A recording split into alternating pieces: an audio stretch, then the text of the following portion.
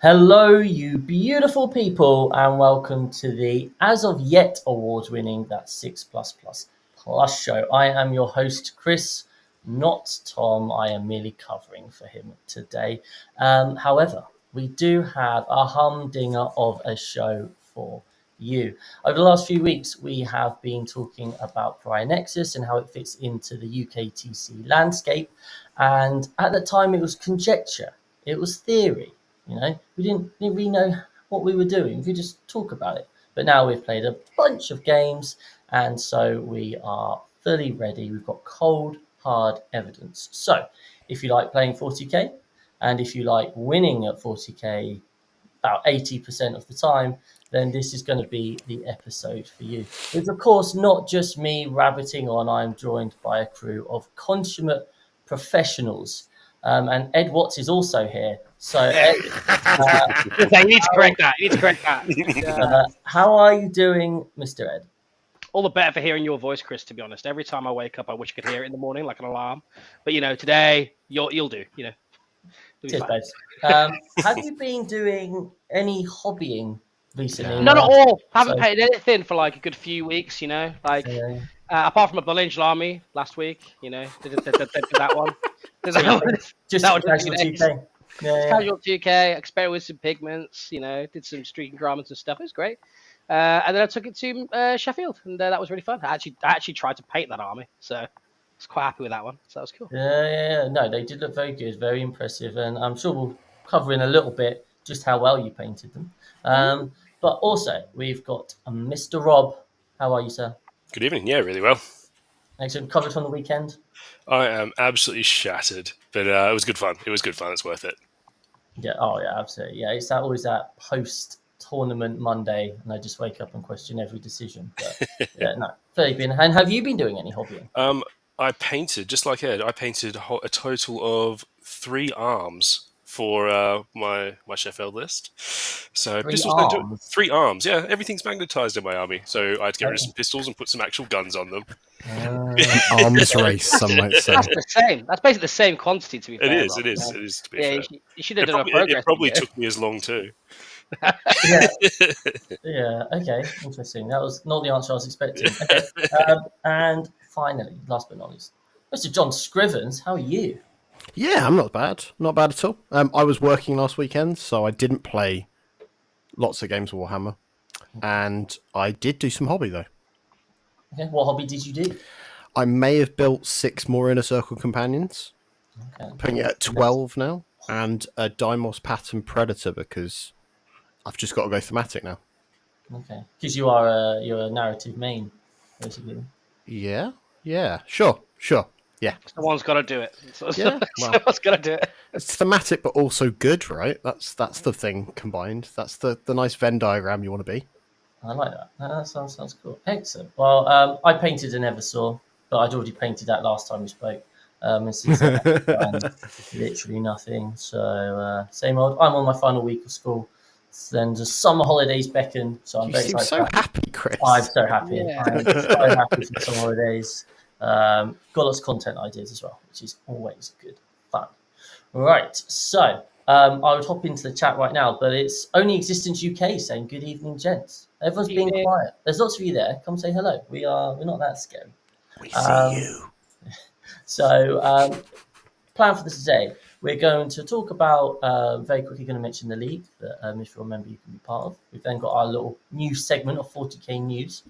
Then we're going to deep dive into Pariah Nexus and talk about all the learnings that we have had in terms of primary missions, secondary missions, secret missions, all that jazz. And there's been a bunch of questions in the Discord, which is really great. So we'll get to answering those. So to begin with then, the league. Now, this is a very special Davey thing, and Davey has been absolutely smashing it. It went really, really well last time, and this time we're like, you know what? Let's go bigger, let's go better. So instead of just the mentees that we've got from coaching, we have got basically anyone who's a member. And if you are a member, you are then welcome to join our league, and that is going to be a TTS league running over the next kind of like month or two.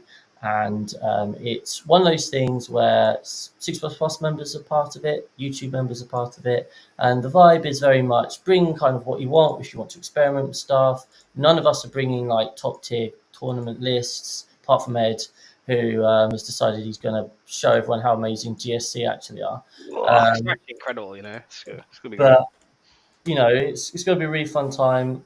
And if you're still interested, list submission is on July the 19th.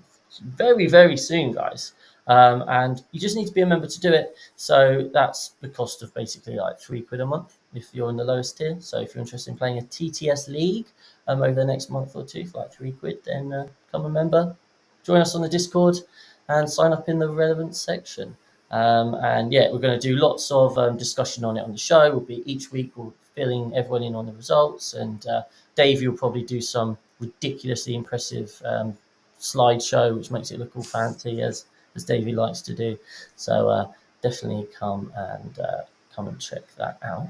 Hello, Christopher Richardson. Hello, Gordon, and hey, Sean, who's saying that Scrivosa or Scrivio is a handsome chap. Don't know who that guy is though. Kurokama says, how often are games in the league? I think it's going to be something like we'll be put into pods, and then we've got to get the games done in a certain period of time, which would be about a month. I think the rough goal is to try and make it so it's something like you're playing a game once a week or two. Kind of like that's the... Yeah, there's some flex to it, isn't there? There's always going to be something. You just need to get your games done in your pod in a particular period of time. We've even got Robert Goodmanson from Iceland. Love Iceland. Been on holiday. Beautiful. Right, 40k news. Now, as a channel, we have, of course, been discussing the fact that we are going to be trying to head up lots of interesting information about the upcoming World Team Championships.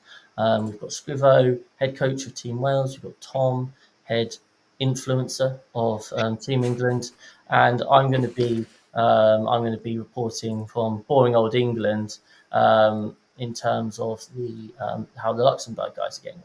And what has just come out are the pods. Okay, list submission has been done. They've done the draw, and we now know who is playing who in the initial pod situation.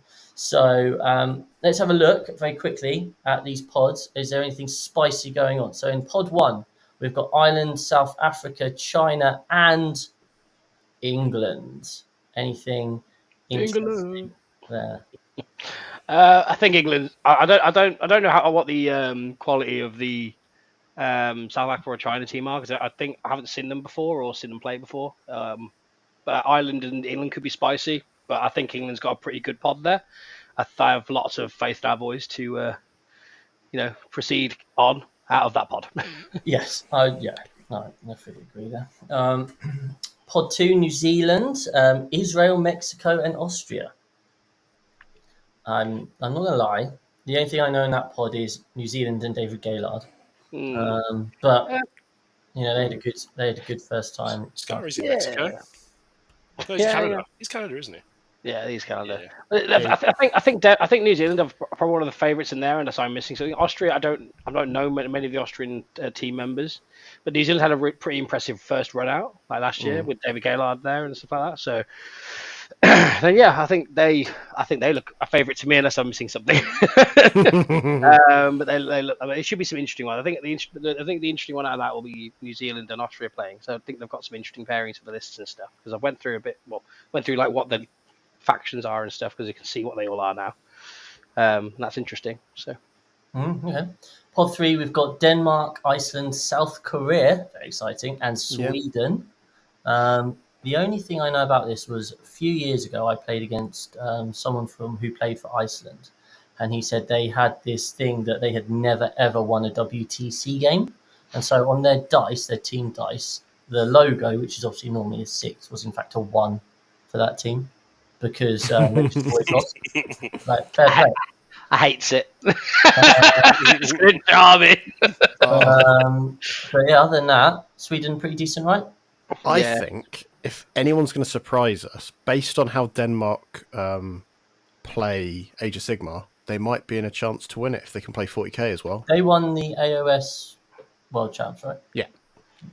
Yeah, I don't know how comparative they are, but I like to think that there's something going on there. Yeah, in that's the a pod to water. watch. Yeah, and that's Yeah. a pod to watch. That'll be an interesting one because I think Iceland has a few good players as well. Sweden have a few good players as well, and Denmark, if, as you say, if they pull it out like they did with AOS, I think they've got a good shot as well. So I think that pod's quite interesting, to be fair. Okay. And Robert in the chat says, I can confirm the logos are now on the 6. Iceland finally got their That win. really makes me angry. They have, Thank you. Oh. They have revolutionised everything. Let's Then have we've both got together. 4. Exciting one for one of us here, me. We've got Scotland, Northern Ireland, so a bit of spice there. Then Luxembourg. Apparently, it's an ongoing joke that no one ever spells Luxembourg right. So they have to, this is a deliberate typo. I am informed. And then Netherlands, who obviously can be a really strong team. So you've got Netherlands and Scotland in the same pool. That could be spicy. Yeah, that could be interesting.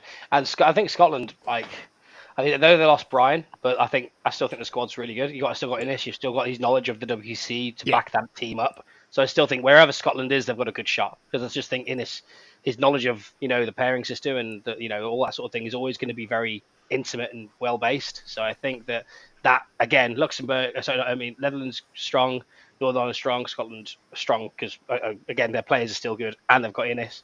Yeah. And Luxembourg, we play them in the scrimmage. I still think they've got some good players as well. So that's an interesting pod. Luxembourg are definitely targeting the Northern Ireland game, and that's the one they're going to be trying to hunt down. But mainly the Luxembourg chat was pretty much full of, this is the alcohol I'm going to take. Well, the Dutch do drink, but they also play hard as well as drink hard. That's what terrifies me about them. Okay, exciting. That's enough balance. We like that. Right, pod 5. Greece, Romania, Slovakia, and some chumps. Team USA. The US of A. USA strong is very. The USA team looks very strong this year. Terrifying. Yeah, it's a pretty terrifying squad. I think there's not a team in there that can really match them in that pod. I don't know much about Greece, Romania, or Slovakia's team, so I can't really comment. But I think the USA, knowing how strong they are and knowing the players that they're bringing, I think they're in for a very good shot with that pod. Yeah. Did I see the USA are bringing Crusher Stampede too? I am so excited to see coming out of this. But yeah, they always. Is Sean on the NIDS? I don't remember who it was. So. It seems so. I'll have to check that. For frame of reference for everyone listening, lists aren't live yet, but the faction breakdown is. If you head to our Discord and go to the WTC section, I have posted the faction breakdown, which shows what each country is taking in terms of army and detachment. So there are some interesting choices. More Votan than I was imagining. England taking Votan, very spicy. Votan legitimately are not bad, are they? They do a thing quite well. Yeah, they do one specific thing quite well. So they're quite grinded army. Right. Pod 6, Italy, Norway, Malta, and Australia. Australia obviously won it 2 years ago, and then kind of fell away a bit last year. Yeah. It's a whole new squad this year, basically. It is, yeah. Oh, okay. So very much like a lot of them, like Scotland were similar. There's a bit of a recalibration in some of these teams. So a lot of the kind of what we'd assume about the teams, they could surprise us or kind of underwhelm us. You never know. Yeah, we're on pod 6, aren't we? With Australia in there. What I love about the Australian team is they've actually bought the Stormland Space Wolves. Yes. They've actually got so have the Polish. The Polish have as well. Yeah, I think there's some pairing trickery there that we are not aware of yet that I think is quite cool. You would expect those are very specific reasons for them. And Lockie, who came third at the World Champs last year, is there as well. So he's going to absolutely smash it. Nice. Really looking forward to watching him. Pod 7, Switzerland, Bulgaria. We love the Bulgarians. We played against the Bulgarians at the night. BDSM, my favourite. Mental guys. Andorra and Spain. Now, obviously, Spain managed to draw with England last year in the pods, I think. Spain, very good, very strong team. If they play like they play football, they should do all right. Right? Yeah, too soon. Pod 8, Canada, Latvia, Singapore / Thailand, and some some dudes. Poland. Canada and Poland. That's exciting. That feels like a right fight between those two. Yeah. And seeing in the crossfire. Oh, it's exciting. Yeah. Well, Canada have Dark Angels Gladius compared to Poland's. They've won Stormwolf. Stormwolf Space Wolves, which is cool. So I think that looks like an interesting one. I think that there's a few, and I think one of those have AdMech as well, I believe. A few teams brought AdMech, didn't they? Yeah. Because they might also do a particular thing quite well if you have a good person on them. Who's familiar. Yeah. That's cool. And then Pod 9. Scriver, you might be interested in this one. We've got Finland, we've got Portugal, we've got France, but we've also got Wales. Yeah. How you guys feeling? I think it's an all right little pod. There is France, which obviously feels like a heavy hitter that's somewhere in the top top half of the countries comfortably, because I think they were kind of tier 1 or just at the top of tier 2. Yeah. So it feels like it's a place to be. It doesn't feel like it's impossible for us to do well in that pod, but at the same time, I'm kind of glad we don't have a big name in there, because last year we had Poland, and psychologically it's quite tough in the pod phase if you absolutely get smushed in a round. It's just like, yeah, we've got to keep this up for another 3 days. Sure. And France are running one of the factions that are close to my heart, Righteous Crusaders. Black Templars. So that'll be. I want to see what they bring in. I want to see what they bring in. I want to see that list. I want to see that list, baby. And then they're bringing the Inari. It's got some Black Templars in it. I've got to tell you this much. Oh yeah. They've also got Death Guard, which is an interesting pick. Not everyone has them. So that's cool. It'll be interesting to see what they're trying to do with their pairings. To be fair. And then finally got Pod 10. Germany, Belgium, Czechia, and Cyprus. Now, Germany have actually released their lists, kind of. Yeah.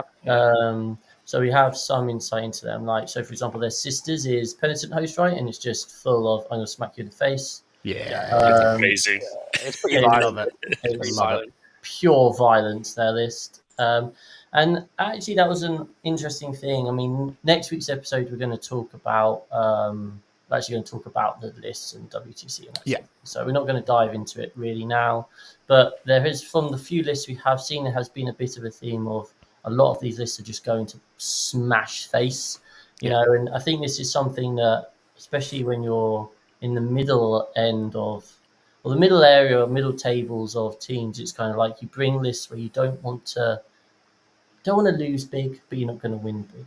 And there does seem a bit of a vibe here that teams are bringing they're just going to pair into certain matchups and they're just going to smash face and win big. Yeah. Because that's how you're going to get your big differentials in teams, which I think is really interesting. But we'll dive into that later. I think there were a few questions on the WTC, so we'll cover those again at the end of the show. In terms of other 40k news, some of us went to Sheffield at the weekend. Oh yeah, I forgot we went to that. 3 of us, not Scrivo. Scrivo missed out. But no, a few of us went, and we did pretty well. Not gonna lie. Because I wasn't there. we like to be relatable. We like to be bang average. We had an 80% win rate. We all went 4-1. We came 7th, 8th, 17th, 20th, 23rd, and 27th out of 200 players. So that was really, really cool. Harley managed to win Best in Faction, coming in 8th with his Blood Angels. Edu came in 7th. Yeah, I didn't get the 5-0, but you know, didn't get the 5-0. You had a really close game against Josh Roberts, but did you get anything else? I won this thing. I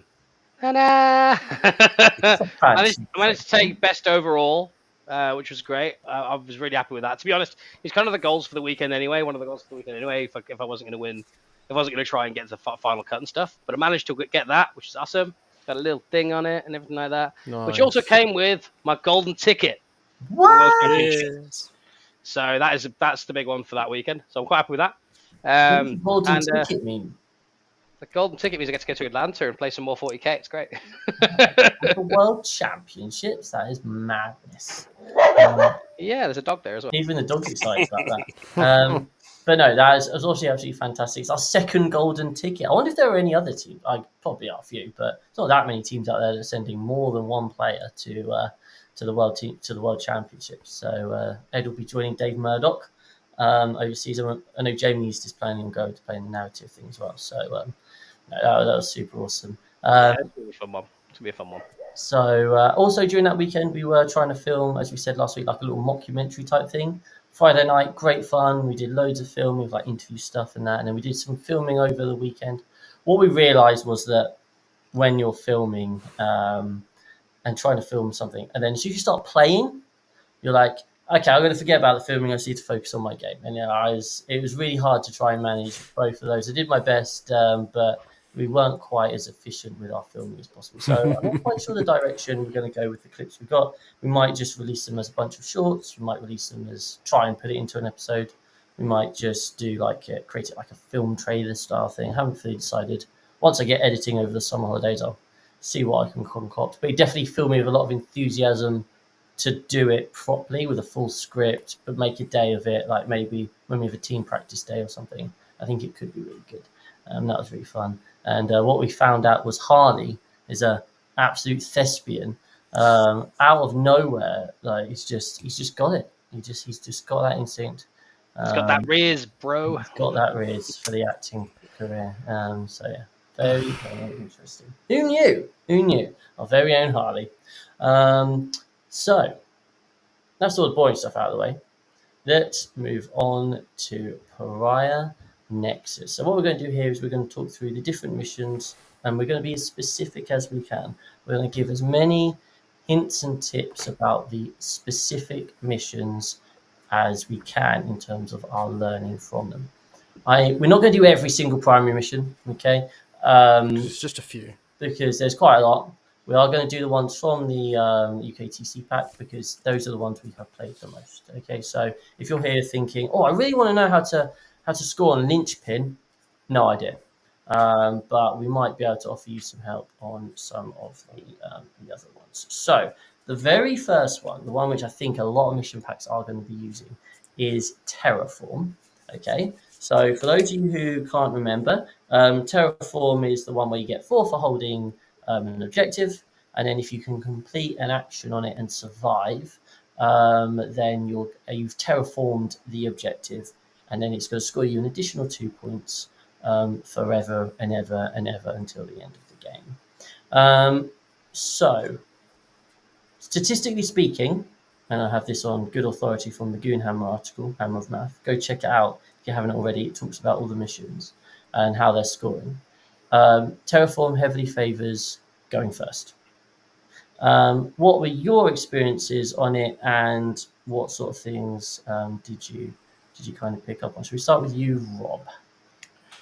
Yeah, so I went first in Terraform on my first game, and what you can do is you can Terraform turn 1, which effectively scores you 8 points over the course of the game, and nothing can be done about it.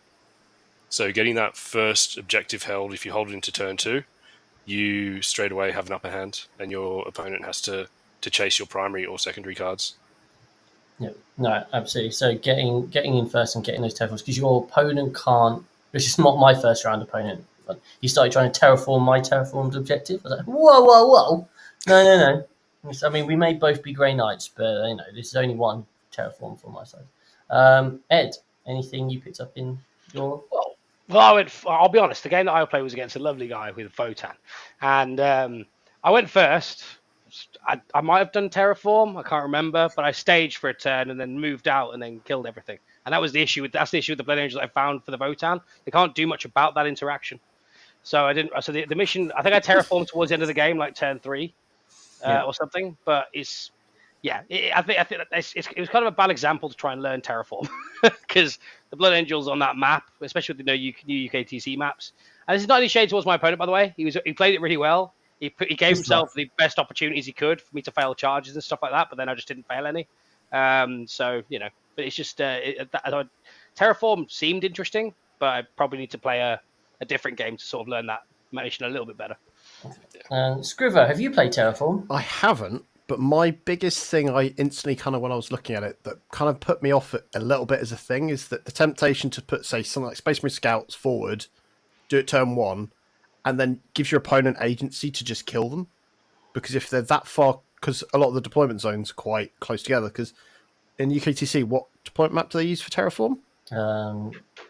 A sweeping engagement, I think. Sweeping yeah. engagement, Staggered yeah. one. So you you can get to each other. You can get to each other. So it just feels like you've got to make sure that unit can survive as well, which Yeah. is just like, I think a lot of people are going to make that mistake initially of just like, I'll put a unit, it'll do it, and then just hope for the best. But you got to be careful. You'll be super careful, right?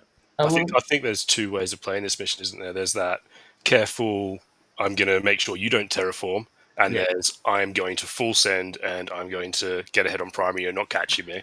The Ed route. The Ed route. Forget about terraform until turn 3 and be like, oh, actually, there's a mission rule, isn't there? I've got 8 more points now. I can't do any killing stuff. I guess everything's dead now. I'll do actions. Yeah, I was told you have to action to do stuff and to try and get the 2 points. So I was like, I'll do that later. It's fine.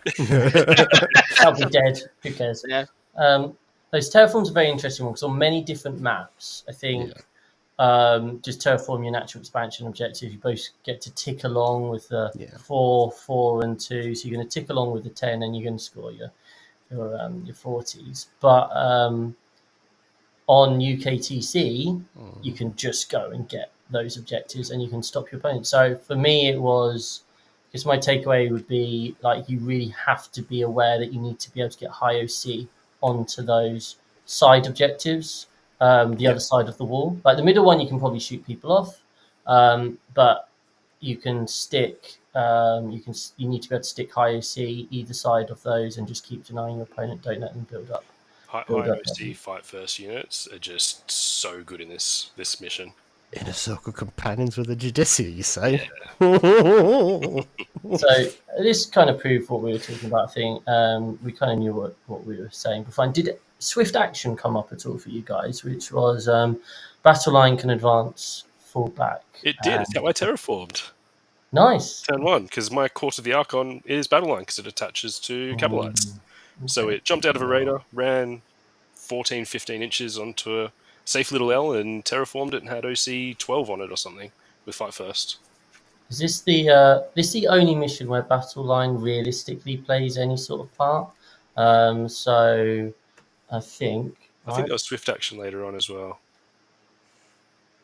Maybe? Edge were muted, by the way. Probably for I've done a battle line. You have more twaddle line. Yeah, that's exactly what it is. Nice. Yeah. So yeah, I mean, my first round opponent was Grey Knights, and he had a huge amount of battle line. He had far more battle line than me and high OC than me, which made life really difficult for my Grey Knights. So I can attest that if you have high OC and lots of battle line on that mission, you will probably have a decent time on that. Also, having a 4-up feel no pain against the entire output of my army was also slightly an issue. Do most battle line have more than one OC traditionally? Yeah, they're the old obstacle, really. Pretty much all, don't they, right? They're all at least 2, aren't they? Yeah, it's like Terminators have 2, and then we go up to 3 with the Banoir. It's Grey Knight Terminators, that is, by the way. Yeah, I was going to say, what? Deathwing Terminators are OC2 now? I was playing with them, so that was lovely. Right, so cool. So Terraform, just there we are. Bosh. Right, second mission is hidden supplies and take and hold. Now this is good old fashioned. This is good old fashioned Warhammer, isn't it? Hold 1, hold 2, hold 3. Last time we spoke about how trying to work out what your natural expansion objective is and try and lock that down for your 10s. 4 objectives across the middle as well. Ed, anything specific that's changed in take and hold, or was it pretty much standard for you? It's pretty much standard what I've found. I mean, it's a case of second turn can give you a slight advantage as usual because you can get that 15 at the end. But we're playing in a meta where I think people are trying to kill you to death. So if an army can kill you to death, you're not going to get the 15 at the end anyway. So it's like I feel like the second turn gives certain armies advantages, but then doesn't others. So I think it's fine. I have no issue with taking hold. It's good. Rob? Yeah, no, that's good. I think on the UK TC layout, I played against Votan, and it's very difficult for them to contest primary with very little melee output. You can just stop them getting firing lanes, so straight away it puts them on the back foot. So I think when you are looking at the UKTC mission pack, you have to have at least some melee in your armies, I think. Yes. No, I think I mean, that was a running theme. Like those new additions to the middle of the board, which block the block line of sight, like It's they amazing. really do shape the angles you can get. My round 4, my opponent was very good at using them, and meaning I couldn't bring my purifiers to bear against a load of orc infantry. And I was like, damn it, this is infuriating. So there's definitely a lot of play. I think better players are really going to be able to manage those L's and that sort of thing. But yeah, taking hold is taking hold, right? Like, it's not reinventing the wheel there. Unless you've got anything, Scrivo, that you have. Not really. No. Just it depends on the tempo of your army, but I think people are just going to be more and more pushy with this. Yeah. I mean, taking hold is obviously a mission we're all pretty happy with. So let's talk about one which everyone absolutely hates, supply drop. Don't. So supply drop is obviously the one with the disappearing objectives. I went first in my game and won pretty handily, just because I was able to lock down primary. Because sisters are rubbish, right? No one likes playing. Sisters don't do anything, so I was fine with that. But then I had the pleasure of watching the end of Tom and Greg Chamberlain's game, where Tom got to go second and won on supply drop. I'd say Greg Chamberlain probably wasn't the best pleased about this mission, and I certainly heard a few other people talking about how going is such a bullshit mission because going second is such an advantage. What I will say is that according to the Goonhammer map website, which talks about the different points scored and what you're more likely to win going first or second, supply drop is basically 50-50. Yeah. So it may feel like going second is a huge advantage, but the stats say it's not. The only thing about supply drop is that it's got the biggest of all the differentials. It's got like a 16-point differential there. But other than that, actually going first or second statistically doesn't actually matter, which I find quite interesting. So you just assume you've got a whole turn to get onto that final objective, right? You just assume that does benefit you. So why do you think that is? Why do you think the logic dictates that going second is a big advantage, but actually it's not? I think it's probably because we're kind of used to supply drop from the Leviathan mission pack, where if you're playing the mission and you go first, you play 100% differently. You go, I'm going to push. I need to push on one side at least. And people have figured out the mission that's the only reason. There is a big second turn advantage, but if you are playing that passive game, you can get punished. Ed? I think that's pretty much it. Like, I think supply drop is an advantage for second turn for people who don't people who don't know how to approach supply drop. If you don't know how to play going first, if that makes sense. And even then, if you do have to know how to play first, you have to take risks that you wouldn't really want to take. And if you could play a more passive game, you could. So I think inherently there is an advantage to going second in supply drop, even though it might not look like it. I just think that there's a way of playing it, right? Like, I went first into Paul Bridges' T-zones, and I just went Meh! And like into certain areas and tried to push into areas that I could and stage pretty aggressively. Worked, could not have, but worked. I think that's the issue that you're going to have. Like, I do think second gives an advantage. Just I think it is less impactful now because I think the standard play has just gone up in the UK overall. I think that's a very large contributing factor. Yeah, no, you're absolutely right. Scrivo, you've obviously played supply drop. Yeah. So to me, what I find interesting is sometimes if you as someone going second, if you haven't killed enough of the person that goes first, they can just flood that last objective. That it doesn't matter how much you've got left last turn. If you can't get enough bodies onto it, it doesn't matter. You won't get that 15-point swing. No, I think for me, my game was very much a classic. Going first is quite often a big advantage because you push forward, you get that board control, and if your opponent has even slightly misdeployed, you just lock down those objectives and you start that ticking. And I played into Sisters and I got to go first, and I got to stick 10 OC on each of the flank objectives, and all he could get over there were 5 Sisters on those objectives, so he was never going to knock me off. He couldn't get round the corner to kill my stuff, And that just then and then he's putting stuff out. Then I get to reciprocate and just delete that stuff, and then he tries to kill my stuff, and he wasn't able to. And that was the kind of game he scored 0 on primary that game, because you don't get your home code. Yeah. So yeah, I think that's interesting. Question for you two at the tournament: did either of you do rapid escalation? No, I actually talked to my opponent about it. Well, I read it out to him. We're both not doing this, are we? Because we just lose a unit for no reason. Yeah. Ed looks confused. Rapid, What's rapid escalation? It's okay. You didn't have battle line units. It's fine. Yeah! This is another battle line thing where you can, Oh, that's why I didn't know. Okay, you can pick up a unit and after deployment and redeploy it somewhere else. Turn one. My opponent did Or you that. could drop it down, strap. Yeah. He did it and then died. Nice. So that's day one of the tournament. So let's just drop into the chat, see it's all kicking off. Guru Karma says here for the pre-LGT content and help. This will be my first event. Yeah, man. We're one of the few channels I think who actually regularly discuss purely UKTC stuff. We obviously do dabble on other stuff, but all our battle reports are UKTC. Our Friday night live streams are at the moment on the UKTC front. The Members League we're about to run on TTS is also UKTC. So yeah, all about the UKTC really. What says evening. Hello, Martin. Craig says played against Court at weekend. Absolutely no idea as an MSU melee player how to interact with that.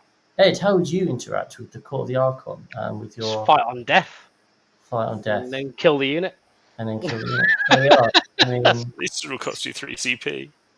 Yeah, it will. It will, but then it's dead. Really to do. J Mad says, evening all, first time catching a live stream as I always listen to the podcast. Good man. Keep up the good work. I went 3-0 in RTT, penitent host on the weekend. New UKTC, I think, favours melee. Yeah, it does. And it's exciting. I think that's a really cool place for melee to be. I played World Eater's final game, and he was like, this map is so good for me. And I was just like, yeah. He's like, I went first, thankfully. So he just scouts everything to that middle. And he's like, I can go there. And I literally hugged the edges of the board. And he still bloody got to me. So, yeah. And I think at the moment we're seeing a lot of Bringers of Flame for Sisters at the moment, aren't you? But Penitent Host was the one that everyone got really excited about before the point places. So I have a feed. I reckon UK, maybe, this is a pure conjecture. I actually don't know how many WTC teams are taking Penitent Host, but a lot. I can tell you 2 out of every Sisters player at WTC aren't using the Sisters of Flame. Because I just had a look while we were talking. Sorry, Bringers of the Flame. So only two teams aren't. Okay, so clearly the belief at the moment is Bringers of Flame is the most broken. But I'm playing into it tomorrow. Very good though. Guru Khan, I feel like supply drop, you heavily deploy for your natural objective, and then you flip a coin, and whoever gets the Omega wins. The thing with the UKTC one is because of the split across, you can kind of like get to places, but it depends on the speed of your army, I guess. Depends what army you're playing. It's not such a problem for Grey Knights. Yeah, I dropped 1,800 points in the middle of the table in my game because 14-inch move. Yay! Yeah, fuck you, Troy. Those Drakari S tier factions going places. Oh yeah, S tier. First. Neil Robertson, former World Championship snooker player who also dabbles in 40k. Hello, Neil. Good to see you again. Says the headsets suggest 3 of you are gamers and Chris is not. No, I'm not. Not anymore. Yeah, I used to be back in the day. Gears of War, obsessed. Oh God, so you weren't even a real gamer. Gears of War was amazing. Cuddling some cover. Cover. All about those cover saves. That's how I met Lee Jones. And the reason I play 40k is Lee Jones, and therefore the reason 6++ exists is because of Gears of War. So you're welcome. I'm not saying I'm right, but I trust you less now. Such a good game. And Scrivo's throwing shade. Swissley's here. Hey, Swisley.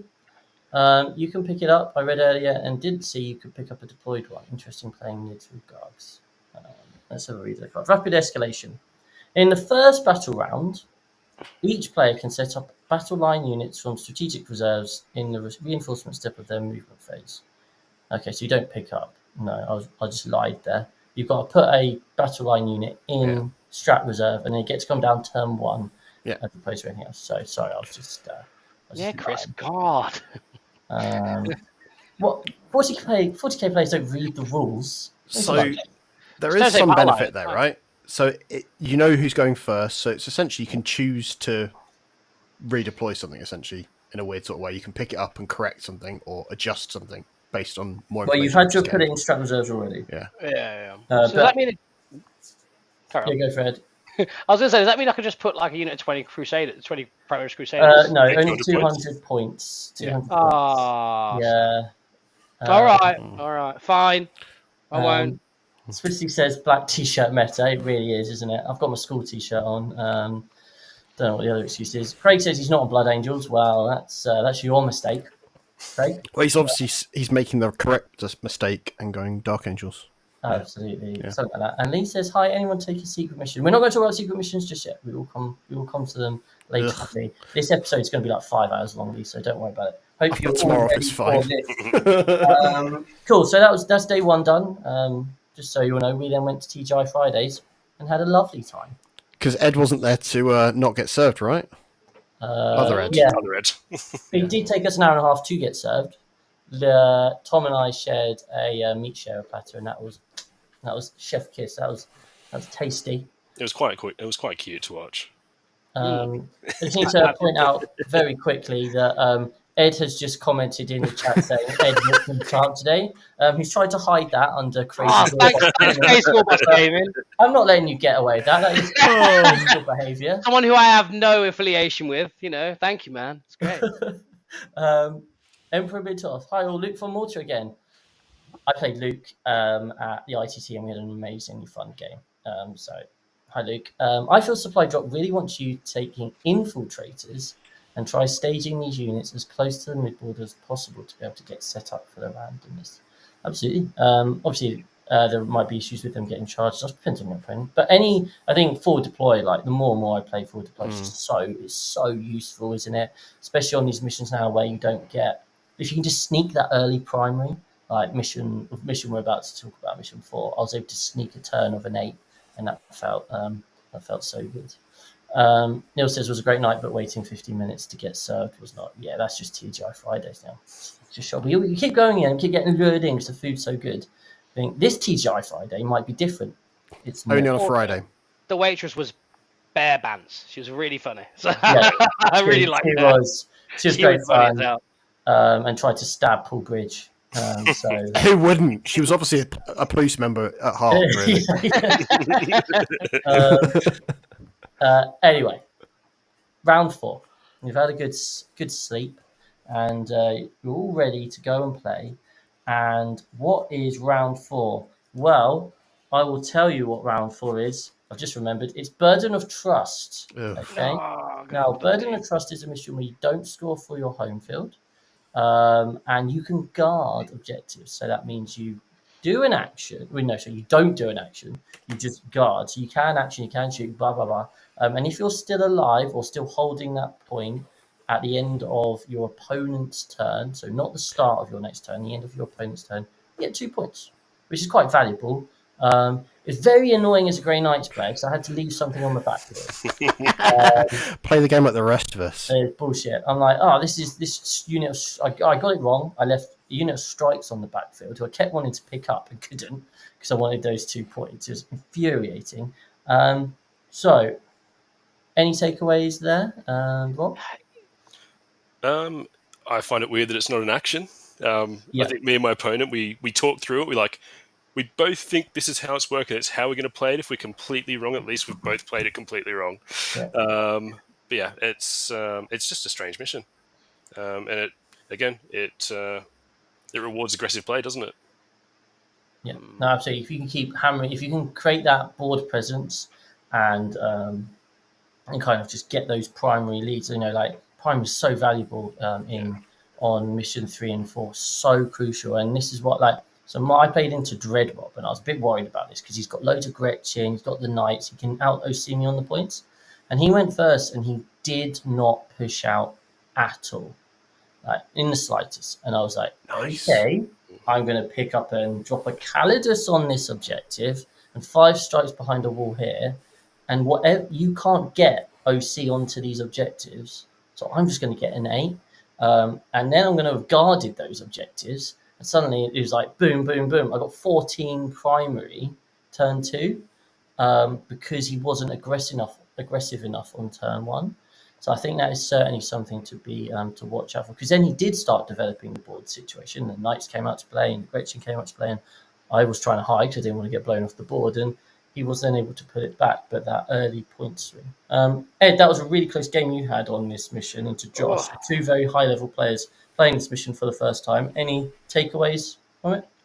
It felt relatively balanced, to be honest. Like, it felt like a very, very balanced mission. I mean, not one person, like the person who goes first gets to guard less or more or something like that. Like, one person can do it turn 2, 3, 4, and 5. The other person can do it turn 3, 4, 5. And it felt like it just felt like a game of 40k, and you're fighting for primary and the usual stuff. It not being an action, I think, is actually okay. Because if it's an action and you hit secondaries that are also actions, you just get action locks with any army, and then your army's not doing anything, and it's not creating, these engaging games that you need to have for these super majors, right? So I quite like the idea that it wasn't that it just felt balanced throughout the entire way through. I don't think I had a disadvantage or an advantage from going second. I didn't lose the game because I went first or second. I lost the game because of 1 or 2 interactions that didn't go my way. Yeah. It wasn't bullshit dice. It was a mistake, and then there was a bit of luck somewhere. But ultimately, the mistake then put me in a situation where that had to go correct. So it's like, it goes back and forth, right? But it could have gone one way or the other, and it didn't go my way that time. But the mission itself felt very balanced, and I'll give a shout out to Josh. Great game as always. I always have a great game against Josh. Very tight, and it was awesome. So that's my take on Burden of Trust. Cool. So just play normal 40k. Scriver, you've actually played this mission, haven't you? I have. It didn't go very well because I was playing into Dreadmob, and I didn't quite appreciate how much shooting he was going to throw at me. But what I did learn from that is that if I throw forward a survivable unit that people don't want to charge to do that guarding, it's a great situation that then everything else pushes forward. They're too busy dealing with the other stuff, and that unit's sitting there being survivable for like a late push to then push them around as well. Just feels like a thing where how I'm wanting to play the game already is just been encouraged in this mission. It's just like, cool, I'm just going to just throw some bricks forward, sit there. If they try to deal with it, I've got other stuff kind of causing interruption on the flanks instead. Yeah, I'd say my only takeaway was, as a Grey Knight player, someone who's all my units are very, very valuable. Yeah. I have to think very carefully about leaving stuff back on my backfield, and I just instinctively had my Grey Knights at the back, sticky it, and then the Strike Marines, and then I was like, well, I'll just leave them there because then they can guard. And then as I started losing other resources, I was like, this is a massive pain in the ass here. I had to, I think it was turn 3 or 4, I had to like swap them over with some interceptors, and it was just faffy. So be planning, especially some armies obviously just stick 10 cultists at the backfield and say, job done. But if you are more of an army who is more maybe elite and that sort of thing, do really plan about who you are going to be having on that backfield guarding, because you're just kind of stuck with them sat there for the whole game. Really. All right, so Chris S has just become a member. Yes, what a hero! Legend, Chris S. We love you, Chris. Join the Discord, sign up to the league, and beat all of us. We look forward to it. John Swallow says, I've learned Incubi and Grots are fun. Old school spiky elves. Rob, do you have any Grots in your list? You're muted, Rob. I do not have Grots, but John is trying to bring me around and is slowly achieving it. Turns out Fight on Death in a Blood Angels meta may be a thing. Agreed. Sounds like one for a Friday night fight night, maybe at some point. That'd be good fun. And Paul Evans says this one is super non-emissary friendly. I mean, I feel like high OC on any of these points probably feels good, especially if you. I don't know if they fit. I assume they do. Just getting onto your natural expansion objective in the bottom right-hand corner, just boom, 15 OC on a giant monster that you can't see over or realistically ever get an angle to shoot on. That does feel quite good, Paul. I would fully agree with that. And finally, for the primary, what's the other mission on Burden of Trust? I can't remember. I've got my cards here and they've all gone. Oh, prepared positions. Did any of you prepare positions for free? Almost every turn. What's that? I went to ground every turn. Yeah, so basically, battle line can either heroic or take cover for free on that mission. Did you know that, Ed? No, but I have no battle lines, so it's fine. All this is irrelevant to you. My opponent did. Gretchen got cover, dickheads. Nice. Rather than that, it's fine. Right, and then finally, Scorched Earth. You all know Scorched Earth. I mean, it's one we have played before. Obviously, you can burn the objectives. There are some changes, though. Yeah. So, change 1, you can burn turn 5, which I knew about. Change 2, you can burn multiple objectives in No Man's Land, which I did not know about. So when my opponent started burning one turn 4, I was like, no, you've already burned the middle objective. You can't burn. And he's I think I can. And then we looked at the card. I was like, oh, fuck. So, it's you can do that, guys. And that was a terrifying mission because, as I said, that was the one I was playing World Eaters on, and I just hid and managed to scrape out the victory eventually. But it was a very interesting one. So the big difference now being there's a big staging area quite close to your opponent's natural expansion objective, which I imagine Blood Angels quite like, Ed. Now we hate that, We hate staging areas that we can hide and not be touched by, and then get to move out and charge. It's terrible. But I did play against Custodes in that mission. Now Custodes don't like Blood Angels. Like, it's just too much violence for those 4 Bun bricks. Like, we had Warden units activating their 4+ Feel the Pain. It's 5-man Death Company bricks, and they were just dying. Like, they can't take that many saves. Like, as soon as you have especially the Foot Company just kept going in with lethal, like with land, the +1 to wound from the chaplains and strength 10 and just murdering stuff. It was wild. So yeah, I love that. The mission seems okay. It just seems like Scorched Earth, so I'm okay with it. I have nothing against it. But the terrain is a bit wild for it. It's really good for combat armies in general. Did Inspired Leadership come out at all? What does that do? That's the mission rule where if the Warlord is not within their deployment zone, each time a unit from that player's army takes a battle shock test. If that player's Warlord is within 9 and visible to that unit, you get +1 to your battle shock tests. Oh. I didn't take any battle shocks. I either died or killed. There's nothing in between. Is that MSU life? Is that MSU life, baby? As soon as a Custode unit looked at me, I died. I was like, It actually came up like 3 times in my game. Infuriatingly, my World East opponent was rolling 5s rather than 6s to pass, and he kept rolling 5s, which would normally have been a foul. So sounds fine. This is actually quite irritating. Rob Scrivo, anything to add to Scorched Earth, or is it just same old? It's the same old. The terrain pack, though, for UKTC is changing quite a bit. If you get board position and you can stop your opponent from getting board position, they are stuck in the backfield and they are not leaving it for 3 turns. In my game, I stickied the middle objective turn 1, or going into turn 2, and then I just left it, and it was sticky for 3 turns with no one on it, and there was nothing you could interact with it. Scrivo? Yeah. I don't want to take guns as much on this mission because I don't feel I need them because you can't get as many lines. Angles are really what's hard. the point? Like, just melee bricks, going and sitting on them and then burning them and then charging them. You know what? I was quite surprised. My firepower in my army is quite fast compared to most. It usually moves 14 inches plus. The firing lines are actually, there's some great firing lines if you've got speed. Yeah. You go, cool, I'm safe, and then suddenly you just pop out and you're like, I can see 3/4 of your army and you are not safe anymore. Yeah. So I think there's going to be a little bit of a shift in the meta. It's not all going to be combat when people figure out what the guns do. It depends on which armies, I guess, because you've got fast mobility with your guns. I can't think of a Space Marine fast-moving thing with big guns. Yeah. Because the tanks and the dreadnoughts are quite slow. You don't Death have to- Company, they have Inferno pistols. Yeah, 6-inch range, buddy.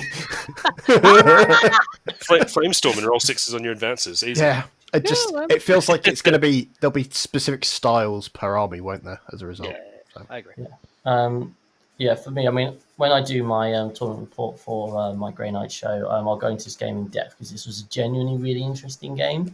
But it was surreal just being okay to be out in the open and not worrying about being shot, but just skirting the edge. And what happened in this game was my opponent showed very heavy intent to go and steal my natural expansion objective.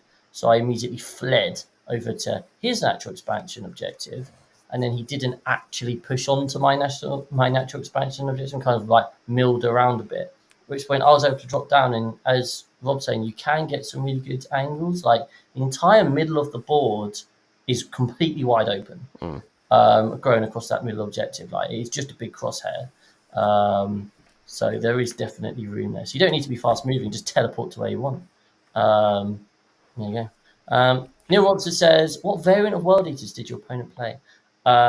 I would say it was a fairly standard list. He had a big block of Exalted 8-bound, 2 units of 3, normal 8-bound, 10 Berserkers with Mo, because Fights First is rather tasty in a Rhino, 2 units of Jackals, 2 Spawn. He had 2 Angon, obviously, Invocators, obviously, but he had 2 Carnivores. Nice. One of them moved on to an objective and immediately died. The other one, Rapid Ingress down, went off to my natural expansion objective. Somehow managed to kill 5 Strike Marines in one combat, which is utter bullshit. Should never have happened. And then it meant that he was able to get onto my natural expansion objective and sit there, and then sabotage at the end in my deployment zone for 6. And I had me absolutely sweating my balls off because I was like, I've lost this game by 1 point. But I hadn't, so I can't do maths. But no, I think it was. I think the Carnivores were worth it, but they move really far, right? And Rapid Ingress is great on them. So, and then Neil also says Jack Tight didn't have a problem finding angles with his infinite moving castigators. No, I'm not looking forward to the day I get drawn into someone playing that sort of. Fine. I get to play it tomorrow. It's going to be fine. It's going to be fine. It's fine. Just shoot it, bro. Just shoot it, bro. There we are. Welcome to 6++, everyone. Right. That's the requirement solved. Very quickly, we're just going to whiz through the secondary cards, okay? And all we're going to talk about is there anything you can do to set up for it? Is it a worthwhile card? Do you think it's one you're actually going to find yourself throwing away or not? Were there any takeaways? So, for example, for myself, in general, in my final game, I found myself burning and redrawing nearly every turn. That was because I wasn't using my CP for a 3-inch deep strike because didn't really want to get that close to World Eaters. But doing that meant my secondaries tipped over. Grey Knights are supposed to be good at secondaries. I really did still find scoring secondaries hard this weekend. My scores were certainly lower than I would have expected. Regularly, I was like, this is not going well because there are quite a lot of action cards here, and sometimes you draw containment turn 1 and you're like happy, and sometimes you draw it round 5, and when your opponent drew it well and you drew it badly, that's a 6-point swing just purely, and that's a big swing purely on when you kind of drew it. So I'll be interested to hear your thoughts. Obviously, I've got my opinions on whether these cards were good. It's going to be army dependent. So very quickly, let's go through this. Quick fire. Right. Sabotage. Ed, did you like Sabotage? We hate it. We hate Sabotage. I always find it so hard to do because, like, you can do it. It depends on the mission, right? If you got like a little piece of terrain outside of your deployment zone, you can do it and all that sort of thing. But just anything actiony, I hate just because it takes my units out of the game of killing stuff. I don't like that. And you have to survive, which is a good thing. So I don't like Sabotage. Sabotage normally just because, especially if you're playing against an army with lots of tricks, where like you think, I could put this unit here. It feels pretty safe, but what if it's not? If I don't score Sabotage, then I keep the card and I can't discard it until the next turn. So a lot of the time, I'm like, I could risk it here, even if it feels really safe. I'm like, nah, I'm just gonna discard that, get another one. I do not like Sabotage. It just feels too risky with against any army with any jank at all. Because if they find a way to kill that unit, you lose 2 secondary cards. Yeah. So I don't like Sabotage at all. Rob, were you the same? Yeah, I agree. It's quite, again, fight first units make it quite easy in some instances, but it is so risky. And if you have that doubt in your mind, either bin it early or bin it for a CP, because it's just not worth the risk. Scriver? Because when I was first looking at this, I was kind of entertaining the idea of using a lone op to do it, and it just means that they then go, right, there's a target on your head, and if they've got the reach, they're just going to do it. Like, it doesn't matter how good an assassin is, if they throw enough in, it's gone. It becomes really important to be aware of where your assuming they're not like Grey Knights and can drop down anywhere. Really aware of where your opponent can get to. Yeah. And because you have to be within a terrain feature, you have to be within an inch of the wall, which means you can get charged. So you have to be really careful of that. So we're saying basically 6++ say generally get rid of sabotage. Recover assets. So this one, I think I tried 4 times and I failed 3 times. And by the end, I'm now of the opinion, generally, just auto ditch it. Recover assets is the one where you do an action in your deployment zone, no man's land, and opponent's deployment zone for 3 or 6 points. But all you have to do is kill one of those units, and the whole action fails. Yeah. So, so let's say if they do it with all 3, which is quite hard. But then you kill one of those, and they're only going to get it for the 2. If they're only doing it with 2, which is, let's face it, what most people are going to be doing, deployment zone, no man's land. Just get to one of those units, and boom, they're now 0-0 for that, and they're stuck with the card. It's a really feel bad card. I don't like it at all. I drew recover assets and containment turn 1 against Sisters, so I had to do 5 actions with those bad boys, and sure enough, they managed to get to my assassin, and I didn't get the card, and I just didn't think about it. So, anyone else? Any lovers of recover assets here? I just feel like recover assets and what was the one we just talked about? The do actions sabotage. They're the same card in my head. They are the same card. Yeah, they are. Except he's got more fail points this time. Yeah. Which is an issue. I mean, I don't know. I think having to basically have 3 units to do actions to maybe get 3 points doesn't feel great. There is one really good use for that card. It's to get a CP. Yeah. So I like it for that. Or to get it turn 5 when you're already up. Yes, when you get a turn 5 and you're already up, and they can't stop it. It's a great that's win. when you're on the money. Yeah. We like that one. Behind enemy lines, classic. Do we like behind enemy lines? It is what it is. Some armies are great at it. Some armies are great at it. Some armies aren't great at it. But I think every army has a way of doing it at some point throughout the game. So yeah, we love it. Well, I like it. I like behind enemy lines. I just wish the fixed was 3. I just don't like that the fixed is 2 for 1. That's right, isn't it?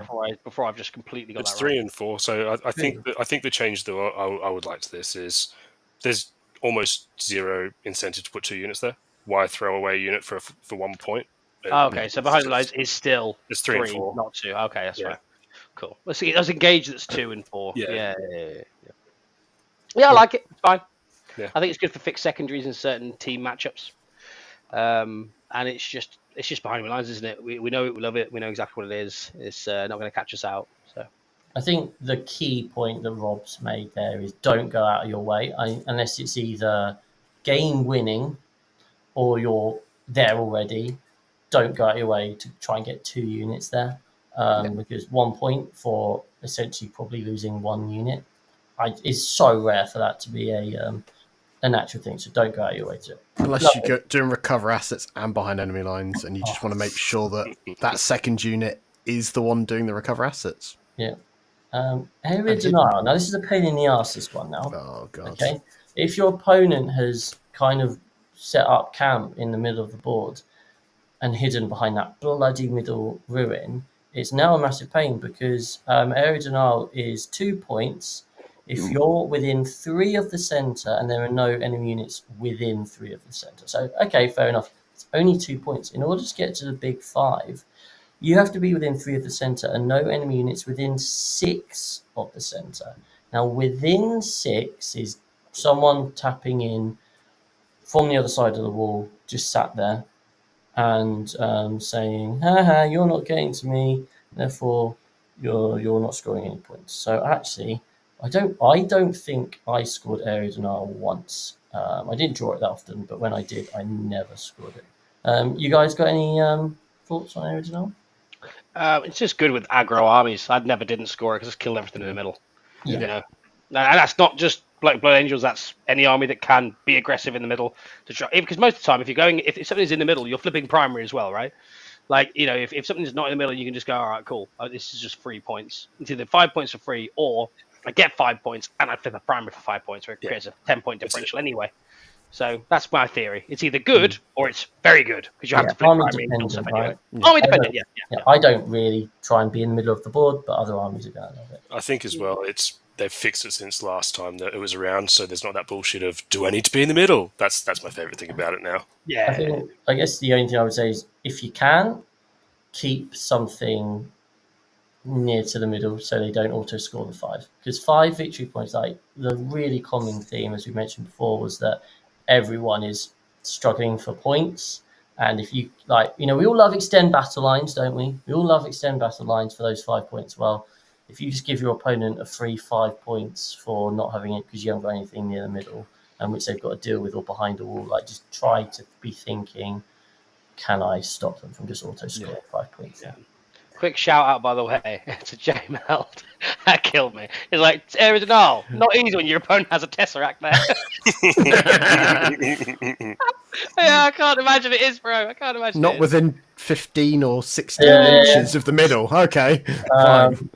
Wild. Tesseract, which won the Super entire Major. event. Won the entire event. Amazing. Tesseract Vault won the entire event. Like, what a hero. Teched into area denial, that's what he did. I don't yeah. Who knew? Yeah. That's a secret. I bet he was recovering assets as well that turn. I really wanted to play that list to see how it worked, and then I lost. I was like, Yeah. Amateur. Don't really need to talk about no prisoners, just kill shit.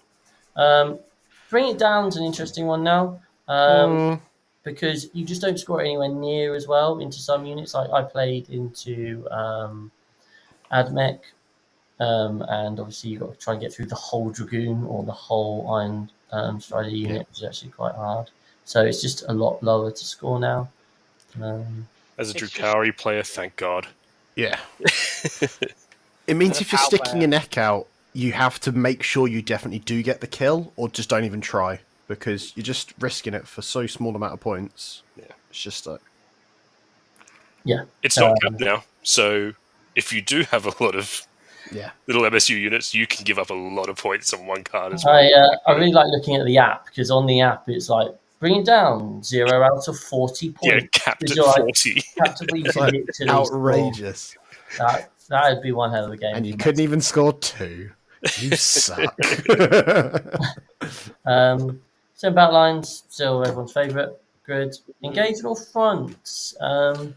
Now it's 2 victory points for having a wholly within 3/4 of the table quarter, 3 different table quarters, and these units are all more than 6 inches away from the centre of the battlefield for 2 points. So got to get right away from that line, which is something that I did not read, and my opponent in at least one game definitely scored engage on all fronts for being literally just over the line. So that's something that I've cheeky. Now. That's because he was like, "Yeah, it's changed now." I was like, "Yeah, you're right, it has changed." I just forgot that you got to be more than 6 inches from the centre. Middle, yeah. Simple. I do like they've dropped the small one. I do like they've dropped the small one down to 2 points just to make the fixed game plan of it so much harder. And again, it's you're naturally always in half the board, right?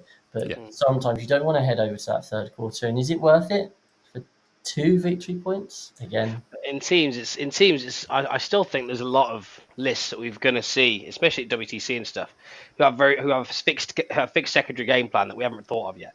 Like, if you think about it this way, like, if you've got an army that can go, I suppose, spore mine or cheap unit or whatever you want and all that sort of thing, you can end up with games where you score these fixed secondaries for like 30 points, 32 points if they survive till turn 5. Now, in a team setting, that's very powerful. Yeah. Like, even if you're not guaranteeing 40 points, if you're taking cars and you have to keep giving up units here and there and being unreliable, it can be worse. But I think there's going to be these armies that can play these fixed games that we haven't seen yet or haven't had too much exposure to. Because in singles, I don't think it works as well. Just to win a game, your opponent knows exactly what you're going to be doing. We know the teams format where you're like, well, my goal is 7 or 8. Cool. If I get 30 points on secondaries and just keep it tight on primary, it's about 7 or 8. And I think that's what you're going to be seeing a lot more of in a team setting, where these fixed secondaries like those, like Engage, like Behind Enemy Lines, like Cleanse, to be honest, in certain circumstances, can sort of push those fixed games into an area that's actually quite viable for teams, which is going to be interesting. That with secret missions. Exactly. There is some combinations there. Yeah, there is. I think I don't know what they are yet because I haven't really looked too much into it. But there are some seriously good secret mission-y team lists with fixed secondaries that are going to be an absolute nightmare to play against, or at least to try and push differentials into. Yeah, which is the big thing, isn't it? Cool. Cleanse, same old. Establish Locus. 22 points for the middle now. I don't dislike it though. No. It's good. It's good. Good change. Good change. 2, 3 was a bit much. Yeah. Cull the Horde. Did anyone actually not discard this card in any of their games for free? I didn't. No, I didn't in. Oh, which game was it? I got it once. I have to have a look. You guys carry on. I'm going to find out what orcs or something. Well, obviously, I have 30. I have the paladins on mine, so I have 30 wounds. So my opponent doesn't get to discard it, and they're not going to kill the paladins. So they often. So when it did come up, but yeah, I never had to do it. It was G-Sin Occults. I killed the Unit of Aberrants. Yeah! Nice. Heroes. Assassinate still the same. Override Force still the same. Defense Stronghold still the same. Storm Hostile Objective still the same. Containment. Right. Containment, as we kind of mentioned, it's doing an action outside of your deployment zone, wholly within 9 inches of the board edge. You get 3 points for each different board edge. Again, one of my opponents did it to of the same board edge, and I just didn't read the card properly. But then when I tried to do it in the World Eaters, he was like, no, it needs to be different ones. And we read the card, and I was like, okay. So lots of learning done this weekend. I think this is a new Investigate Signals, in as much as I think you need to deploy so that if you draw containment, you score 6 on it. Like, 6 points is so valuable. And if you get it first and you've just misdeployed and you're like, oh, I can't get to the board edge, like whatever. Like use lone ops if depending on the map, like whatever. But you've got to make sure if you get that early draw that you get those points, because I think it's just so valuable. So that's the one that now I would highly recommend when you deploy. Be like, right, these are my 2 units that'll go to those board edges and score me 6 if I draw it. If I draw it first. Because it completes immediately. You don't have to survive. You get 6 points. So good. That's valuable. It's violently good. I think my main thing was just scout. Another thing you can do on the UKTC boards is there's L's on the board edges like that. No, wrong way. That's the quick down. Yeah, there. And you can hide behind the wall 9 away from the board edge and still be hidden and do containment on some of these missions. Yes. It's insane. Like, it's especially quarters. Quarters are horrible for it. You're just like, one there, hide both. Yay. Have one lone up there, one's hidden. Awesome. 6 points. Oh, and I drew extend battle line, so I just got 11 points on my secondary, and then you scored 2 dodge ones. I'm now 11-0 up. Yeah, I scored. I did that twice throughout the weekend. Containment extend. I was like, yeah. It's such a good combo when it happens to you, and when it doesn't, it happens to your opponent, and you're looking at the scorecard, and you're like, I'm already 11 behind. That is bullshit, and it shouldn't be like that. But it shouldn't, but it is. It's fine when it's you. Secure no man's land still the same. And finally, Marked for Death. You capture enemy outpost, isn't it? Yeah. I hate it. Yeah. It's such a crap card, especially as a Grey Knights player. But yeah. It's just too good into certain armies and too bad into others. That's the issue. It's not consistent across the board. Like, if you look at Behind Enemy Lines, I feel like you've got the same-ish chances of Behind Enemy Lines against most armies than you do, depending on, obviously, your army. but Marks of Death gives you an inherent disadvantage if you have a low unit count army, which I think isn't the best. But yeah, that's my opinion on it. I don't like it. I'd rather just have Capture Enemy Outpost in there, to be honest. I'd rather just have that. Me too. I like Capture Enemy Outposts. I miss it. Yeah, so. Bring back Great. Capture. When things were going really wrong. Yeah. But I only found out on game 4 that they actually took it out of the mission pack. I was like, I haven't drawn Capture Enemy Outpost all weekend. This is really unlikely. Okay, neither is any of my opponents either. This is also very unlikely. That's Tom was like when he was doing practice games with Investigate signals. He's like, look, I keep measuring my 9 inches, but I'm not getting Investigate. Right. So we have mastered the primary, we have mastered the secondary, but there is, of course, one secretive addition now. Secret missions. Firstly, did any of you take a secret mission? Ed, no. Rob, did you take over the weekend? No, I have in a practice game. You have a practice game? Okay. Yes, you did. Yes, I did. Did anyone have one taken against them? There was a game that someone probably should have, because after he decided no, I was looking at the primary score. I'm like, he can't actually score more than 20 off a card, so there's no reason not to. Yeah. Not I think it helped in the end, but yeah, I think there were times that my opponent probably should have, but didn't. But I didn't really understand how the secret missions massively worked yet either. Because I was like, every single game, I was like, I'm scoring primary, it's fine. I never found myself in a position where I needed to do a secret mission. So I think secret missions are one of those things that are just going to take a lot of reps, just to kind of get your head around. And when in 6 months' time, we're all going to be pretty happy and standard. I mean, if you go through them, so I'll just read them out for you guys. So command insertion, your warlord is within range of one or more objective markers in your opponent's deployment zone that you control. So I know someone was saying they played against Necrons and like suddenly Imhotep and his bodyguard just suddenly started advancing down the flank, and having chosen a secret mission, it was kind of like, I think I might know what your secret mission might be, mate. So that's obviously that's quite a hard one, isn't it? That's very. For me, it's like that they've tried to design it so, it's secretive. You don't know what your opponent's going for. It's really obvious what your opponent's going for. So my opponents twice took secret missions. In round 1. He took the one which, funnily enough, have battle line in the deployment zone at the end of the game, because he had all of the battle line in the world. And that he actually ended up capping himself because he was at that point I had loads of stuff on the table. After that point, I then didn't have really anything left on the table because he killed it all. And then I looked, I was like, well, I did the maths and I was like, well, he's taking a secret mission. If I don't worry about denying his primary at all, he still gets 40. So now I just ignore trying to deny him and just focus on my cards. And he was like, I shouldn't have done the secret mission, and I would have got a 50. I was like, yep.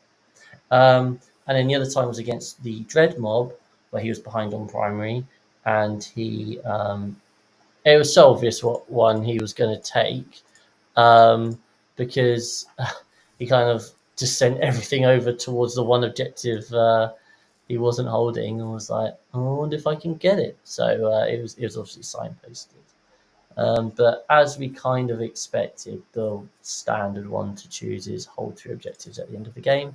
And if you go second, that obviously gives you a chance. If you go first, it's not ideal, really. It's possible.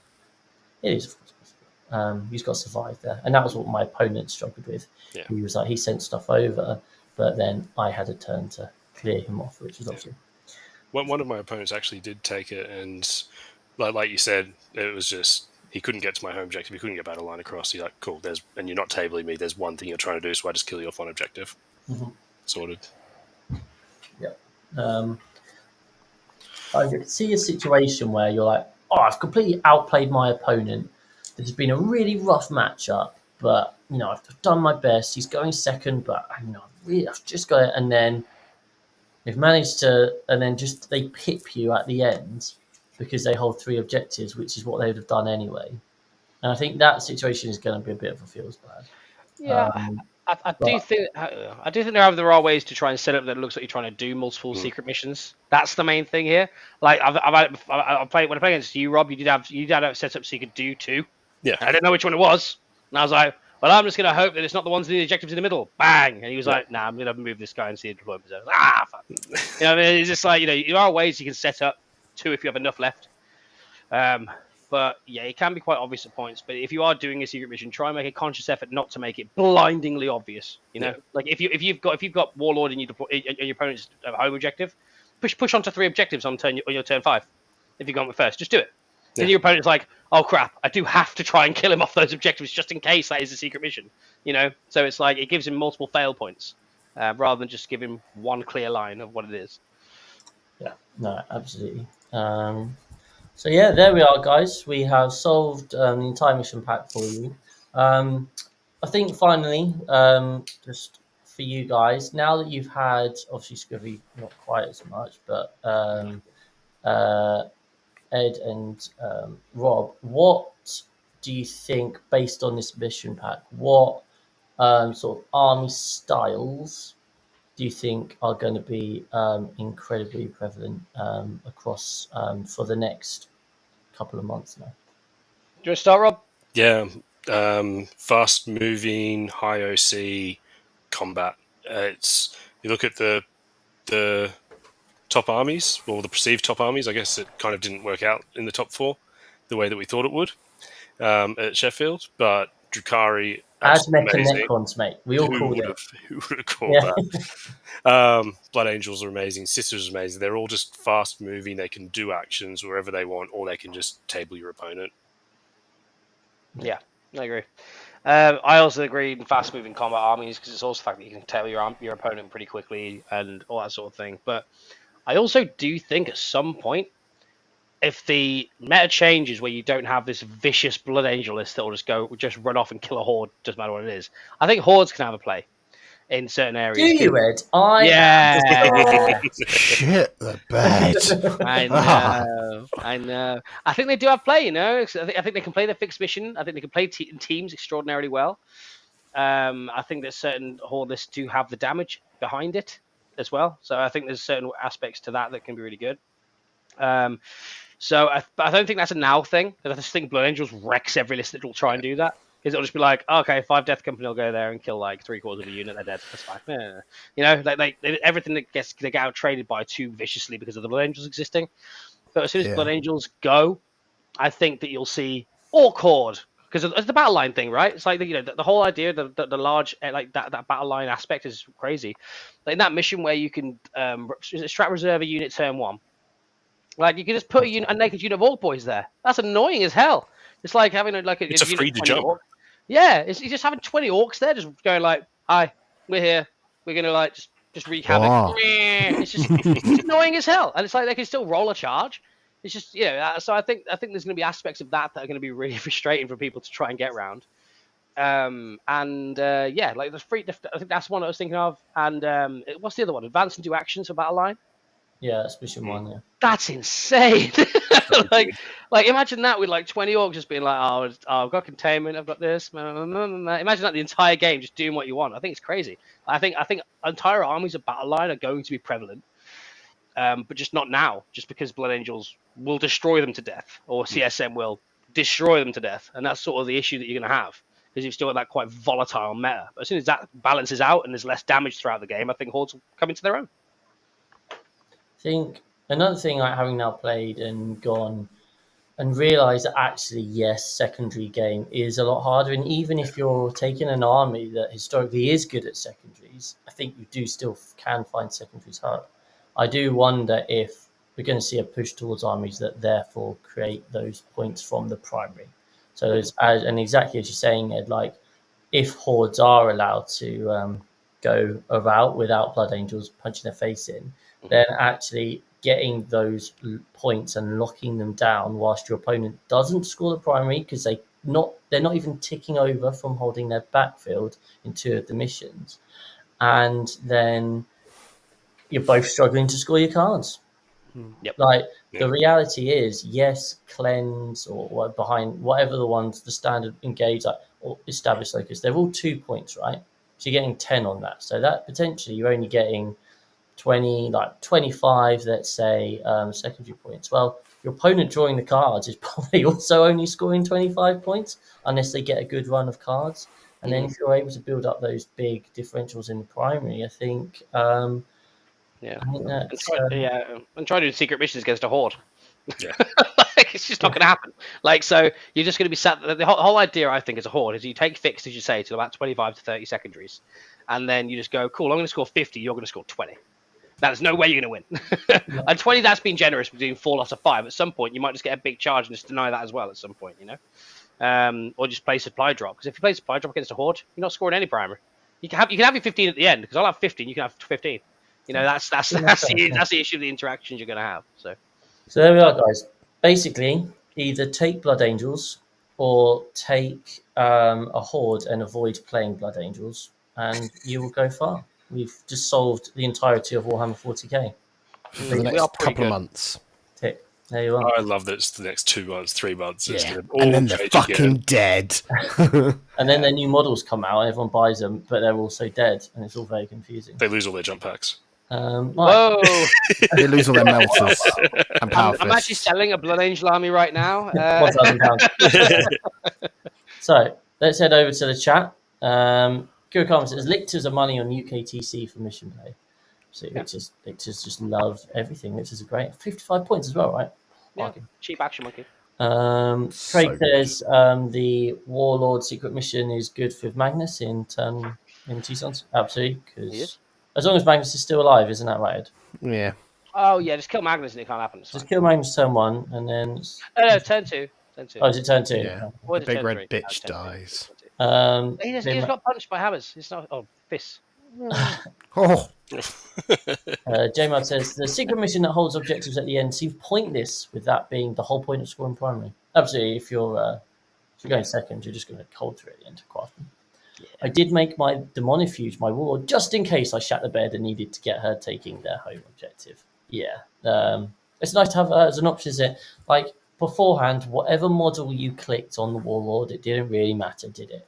Now there is a 5% chance of it mattering, so just take that extra 5 seconds to think: is there a chance of this being a situation where I might want it to happen? Paddy Mick says, thanks, chat's very useful. You're welcome. And James Ellis says, evening, you absolute legend. So he's only talking to one of us. I'm not sure which one. Playing against Bringers of Flame tomorrow with Drakari. Any tips? Rob, you play with Drakari, don't you? Advice. Hold on and hope that he's not a good player. It's a horrible matchup, and if you can figure it out, please let me know. You just have to be aware of his Zephyrim unit. Moves 21 inches and deletes 4 of your units, and then moves 6 inches away from you, and then overwatches you when you try and do anything with it. So if you can stop that from moving 21 inches and causing havoc, you're in a good place. And take Haywire Scourges. Haywire Scourges are anything that kill the Castigators. There you go, James. We look forward to hearing about how you win that game now. You are welcome to that. Right, wow. That's the core part of the show over. Don't all run away, though, because now I want to talk about how wonderful 6++ are. So, as always, thank you very much for joining in. Chat's been popping off. It's really great to have you. We've had like nearly 40 of you listening in today, so that's great.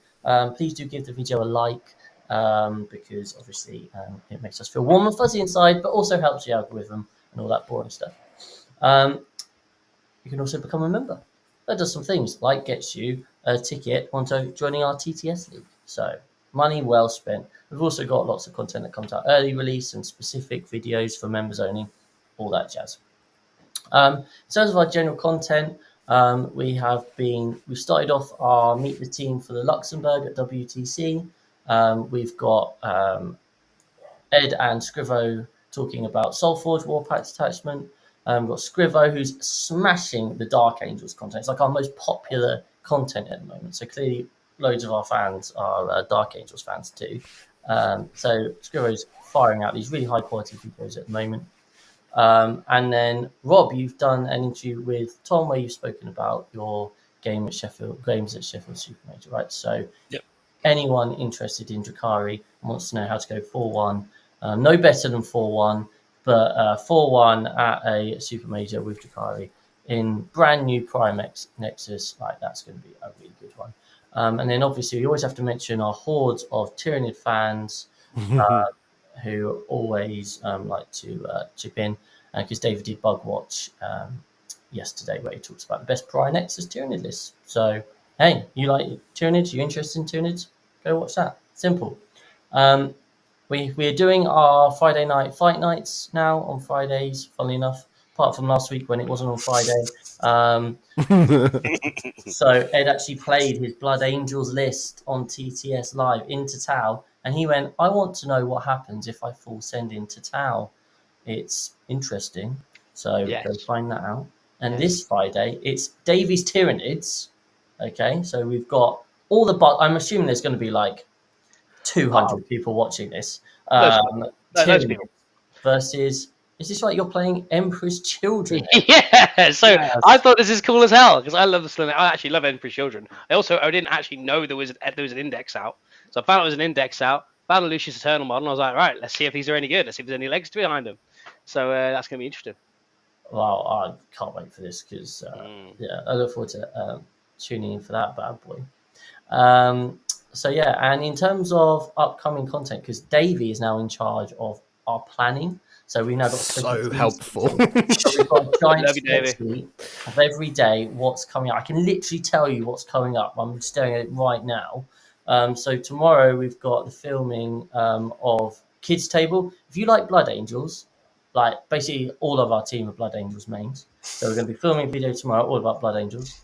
We're also releasing Matchup Plus on AdMech. So if you're not sure on how to take on AdMech at the moment, that's going to be coming out. We're also releasing Here We Go, Units to Buy for Orcs 101 from Scrivo. Beautiful. There we go. Grots. Just buy some grots. There you go. I've got a couple of videos coming out. One of them is like how do I paint my Blood Angels? Not how I paint Blood Angels, like this sort of with paint. With paint, yeah. Not fingers. It's scanning across. It's basically just showing how my morals have just been completely thrown out the window towards the end of it. Trying to paint force weapons and just basically deciding not to, but then deciding to in the end anyway. And then it's going to do. I'm going to be on the kids' table tomorrow, and then there's a few things coming out which will be really interesting and fun and interesting. Yeah, as always, great time to be a member. Great time to just support the channel. But genuinely, thank you so much. We had lots of people come up and talk to us at the tournament. It's always lovely to hear from you guys. So thank you very much. I probably forgot something and Dave will tell me off, but fuck him. So let's go to the Discord questions, Davey, by the way. So there's one more question in the chat as well, which is, are any of us at Leeds? I'm not, because I'm in Scotland at the time, unfortunately. I am, so I will be there. Ed's going to be there. I'm sure probably one or two others. I would have gone. It's also the weekend before Cardiff Carnage, right, Ed? So the weekend before, the weekend before. So, and I'm going to go that, and I'm going to beat all of the amazing players out there and win that. So I'm looking forward to that. Right. Anyway, we've got a whole bunch of questions here. I'm excited for this. This should be good. So, Queen's Gambit was a successful Netflix drama series about a substance-abusing female prodigy that rose high in the ranks of male-dominated competitive chess. If Netflix were to release a sequel revolving around 40k, what would you title it, and who would you cast as the lead? I've got the title. I thought about this way too long. It's called Tourist. Tourist? Yeah, because it's this thing that douchebags on the internet, when they see a woman talking about Warhammer on the internet, they go, that's right, she's just a tourist. She's just visiting. It's just literally like their choice name for people that they don't feel are welcome, but they're wrong. Oh, I see. So you'd be mocking that through that. Yes. Anyone else got a title, or who would you cast as that substance-abusing 40k player? I've got something along the lines of like the Archon's Whip or some shit, where some Drakari player is playing 40k and also trying to not be weird. at the same time. But Rob is probably good at trying to Hey. tell him. He looks completely normal. Look at him. Like the Drakari guys are strange, and I can imagine a Drakari guy having a substance abuse. I don't know. Like, This is the guy that likes people that drink blood. yeah, Just method acting is all it is. You just got to get fully engaged. yeah. I was assuming all the drug addicts are just all the. I don't know. I think the idea of that would be something along the lines of like a player who drinks and wins games, right? Yeah. Ed Watts, John Swallow, just paralytic whilst also annihilating everyone. Wearing a There's thong video of on their Ed. head. There's a video of Ed between game 1 and 2 or 2 and 3. 2 and 3. I was really rough between 2 and 3. I wasn't okay. I was too drunk to play that game. That will come out at some point. Yeah. Guys. Thanks, Paul. Back to the chat. Gordon says, nothing unfortunate about being in Scotland, Chris. You're absolutely right. I'll be having a lovely time near Inverness with my partner and their family, but hopefully she's not listening right now. She probably Hi, Chantal. Right. Okay. Well, we failed miserably answering that question. So sorry. I tried. Right.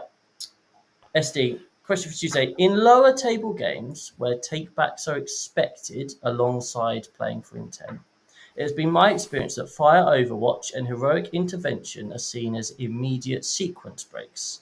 That is, my opponent declares and then immediately starts rolling dice before I can say, oh wait, I'm an idiot. Please don't delete my unit for 1 CP, thanks. Obviously, it's on me to not get into range for these things. I'm certainly more practiced now. But should I set expectations that I see movement or charging into range of either of these things as reversible? Or is it some sort of unspoken rule that touch, piece, move is in effect for this kind of stuff? There's different ways, and there's not a right way of playing it. I don't think it completely comes down to you. I have a couple of units with decent Overwatch, and if someone starts moving towards them, I have Overwatch. I have a few units with reactive moves. As soon as they start moving, I have a reactive move. And I think if you set that precedent really early when they're doing their stuff and you're reminding them of your gotchas, it's very rare for it to come up where they don't reciprocate. Yeah, I think people give what they take, right? I think that's the thing. Like, I always play. I always won. Like, if I've got a horrific Overwatch people don't know about, like, it's deceptive. Like a unit of 10 Death Company with Inferno pistols. Like, if they move within range of the entire unit with the rerolls, I'll just be like, cool, pew, pew, pew, pew, pew, we'll just try and shoot you, right? But then people just don't think about it. So I'm like, are you sure you want to do that, or do you want to stay out of range by a few of them and all that sort of thing? So I always give the options to try and take back. But if you're playing against someone who won't, then don't. If you're playing against someone who plays that way, you've got to match them. Right, even if you don't like playing that way, unfortunately, that's just the reality of the situation. Sometimes, if someone wants to play the game that way, they're quite within their right to. So you can't be annoyed at them. There's you can't expect people to let you have takebacks. And also, lower table to top table doesn't matter. You get people on the lower table who won't give you stuff. You get people at the top tables who will. If you play me, I'd like to think if you walk into one of my Overwatches, I'll tell you about it, and we could be in this. We could be in the final at round 7. I'll tell you. But if you could be playing someone who's on the very bottom of those tables on 0-4, and they'll just be doing everything to gotcha you. You know what I mean? Like, it doesn't matter where you are. It's not necessarily the lower tables or the higher tables. What the main thing that matters is the person you're playing and what they're going to give you and what you're going to expect. So I would never expect to take back, because then you're just going to set yourself up for disappointment when someone doesn't.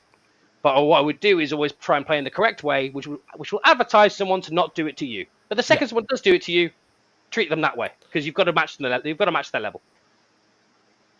Scrivo, how do you play it? I tend to give people the warning, but if it gets to the point where it's like 5 or 6 times and it's every time they start doing it, there is a line I find at times, because I'm just like, stop trying to make them, because otherwise I'm literally playing their game for them. Yeah. If it's the first time of a turn, I'll remind them, and if it's one that's really impactful, I'll be like, are you sure? But if I'm doing it every time, it's also wasting a lot of time as well, so they need to learn as well. So at times I do just go, right, I've told you now. I'm going to stop now, because I'm just like, I can't keep giving them it, because I'm playing the game for them at that stage, right? I think it's a really interesting one. Like, so I will absolutely, without fail, consistently always like the first and usually the second time, like warn them. So like for Grey Knights, it's Sigil. and it's also Purifier Overwatch. So when I played the Sisters player, I kind of went forward, moved some stuff, and then he sent this Dominion tank straight into my lines and got the Dominions out so that he could try and flame like a unit, an assassin. And I was like, my Purifiers are just here. I could Overwatch them. Yeah. So, and in my mind, I'm like, this is a really stupid thing for you to be doing. So I was like, you feel free to like change, but just remember these Purifiers are here. And he was like, okay, I'm okay with it. I'll let it happen. And then at that point, I'm like, okay, that's fine. That unit's now dead for 1 CP. And like when I played the Orc guy, he'd moved this giant dread, whatever, the Morkan or Gorkan or whatever, up close to my paladins, and then with the obvious intent to charge them, and then shot something else. Someone's like, oh, my flame is only in range of your paladins, so I'll just shoot your paladins. And obviously, there are some arguments to say you told him about it at the beginning of the game, so therefore. But the reality is, we don't know each other's armies. We don't commit all that key stuff to thing. It would have been utterly harsh of me to go, cool, I'm going to pick them up now. I'm going to go over to this objective. Thanks. Like, that's just such a dick move, in my opinion. Yeah. I think it's important as well to like own your mistakes sometimes. In my game one that I lost, I threw a unit of Incubi at 2 Sephirim with Flamers. Just forgot Overwatch was a thing. And I was like, oh, fuck, like, I forgot about the Flamers. And my opponent was like, oh, do you want to take back? I'm like, no, I did this for a reason. This is why I did it. I didn't think about it. And if I try and take back every mistake I do, I'm not going to get good at the game. No, I agree. I think there's an element that you have to remember that it's one of those things. You've got to be realistic with, your mistakes. Like I got overwatched by Josh by some T-Sons, and I stupidly put them on the objective. And I was like, oh, Renegade Raiders, what are you doing, Ed? Because you have to roll like 21 shots from 46 and then kill the entire unit of Sangard. And I was like, fantastic. But, that's just is what it is. But the thing is, like, you've got to own your mistakes. As Rob said, that's 100% a thing. But also, you've got to, I always take into consideration, would the mistake have happened if they had all the information about the army that's there? So I used to play Grey Knights, as you all know, and Chris plays, I think, very similar to the way I used to use them. Where I play with an open book. It's because a lot of these things aren't there. An open tome, some might say. Yeah. Like literally, like I have my sigil, the Exigence guy had a little label on it. So does mine, funnily enough. So does yours. The first the Frey guy had a label on it, so you can see which one it was. I told them where it was at the start of each of their shooting phases. Like, don't get me wrong. You don't have to play that open book and that nice with it. However, I think with an army that way, the way I see it is both opponents or both people should know everything about each other's armies, right? To make it a fair game. However, that's never going to happen. It's never going to happen because not everyone knows every single thing in every single enhancement and every single rule in the army. And if they do, then they're probably someone who plays a lot more than I do. But that's why I think that you should make every conscious effort so that your opponent knows everything about your army before you continue the game. So to make sure that you both have a pleasant experience, because it's a 2-player game. You're meant to work with your opponent to make the outcome positive. Yeah, exactly. You should get the best result for both of you. Yeah. Exactly. You're there to enjoy a game, not to be like, aha, you shot the sigil unit, fuck you. Because that's just not how that works. One time, someone tried to shoot the sigil unit in combat. And I was like, are you sure? That's the sigil unit. And he's like, oh, does that work in combat? I was like, yes, it does. And he's like, oh, okay, then I won't shoot it in combat. I'm like, yeah, of course. So SD, who actually wrote this question in the Discord, just said the reason he wrote it was because he'd just had a Predator deleted by some broke here, and he hadn't asked what they were. So that's a good thing as well. Like, I've often found myself, before I move a unit that's very impactful, I'll go, right, if I move them, and then I look at the units around and I'll go to my opponent, like, so that unit's the one that does that, right? And it's just reaffirming the knowledge that they've told you and spending that time rather than rushing as well. Because the times I've made the most amount of mistakes in a game has been my movement phase, where I've just rushed. Yeah. Because you're not thinking, you're just going, I need to do this, this, and this. And actually, when one piece moves, your opponent will react. So it makes sense to just think about those kind of the orders as well. Yeah, I absolutely agree. I think it's one of those movement. You are right. Movement is where you make the most mistakes. That's why you always ask. Like normally, if you just turn around to your opponent and go, "Is this unit do any of what I need to worry about?" and just ask the question, then you know. It's leading questions. Yeah. Yeah, it's just leading questions that people need to answer. Because if someone turns around and says, "Have you got any scary Overwatch?" I'm like, "Oh, this one's okay. This one's okay." Blah blah blah. But it depends how open your opponent really is. So. But I think it's always one of those things because intent can be seen as being Weaponized. Because people do weaponize intent and people do weaponize takebacks by trying to use intent. That is something you've got to remember as well, guys. That is something that does exist. That's something that happens in the game. These people, they expect the takebacks when they didn't give you one and stuff like that. So you've got to bear that in mind as well and try and sort of make your judgment on the table as to what's the fairest way to assess these things are. And just try, as long as you walk away from that table feeling good about it, even if you make a mistake in if you make a mistake in that you let something off that you probably shouldn't have, that's something to reflect on rather than say no at the time. Me, if I'm not sure, I'm like, yeah, sure, go for it. And then afterwards I'll be like, oh, I probably shouldn't have done that. It creates this, it'll give you a good name. It'll keep your nose clean, and it'll let you learn a lot about the interactions that happen with these sorts of problems that do happen with intent sometimes, and just how firm you should be and how firm you shouldn't be at other points. Yeah, absolutely. And I think that as people are saying in the chat, like the fundamental thing is you need to set the expectation. Yeah. And as long as you set those expectations early, you get a vibe from an opponent generally, I think. But my second round opponent, it was quite funny. So he went and advanced and charged his admech unit to try and kill Calidus, which was deployed up the board. And completely whiffed. Obviously, he was never going to do it. And then the Calidus killed 5 back, blah, blah, blah. And when I get halfway through my turn, he's like, actually, I can't have done any of those things. It's just happened because of X, Y, and Z. And I'm like, okay. And he's like, so therefore we must go back because we haven't followed the principles of the game.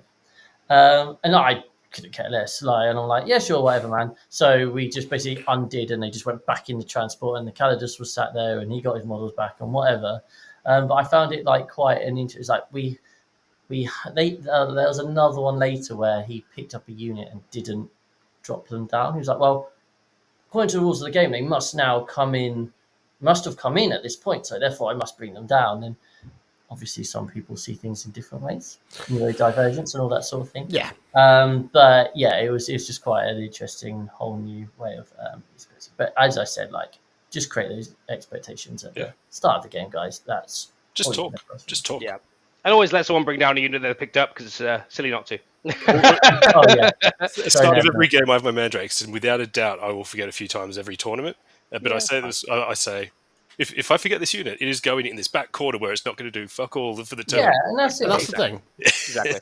A funny story I've got. It was a quick story. I'll put this last story on for this subject. So one time someone didn't let me declare deploy. So I didn't declare deploy, and it was in the middle of the board.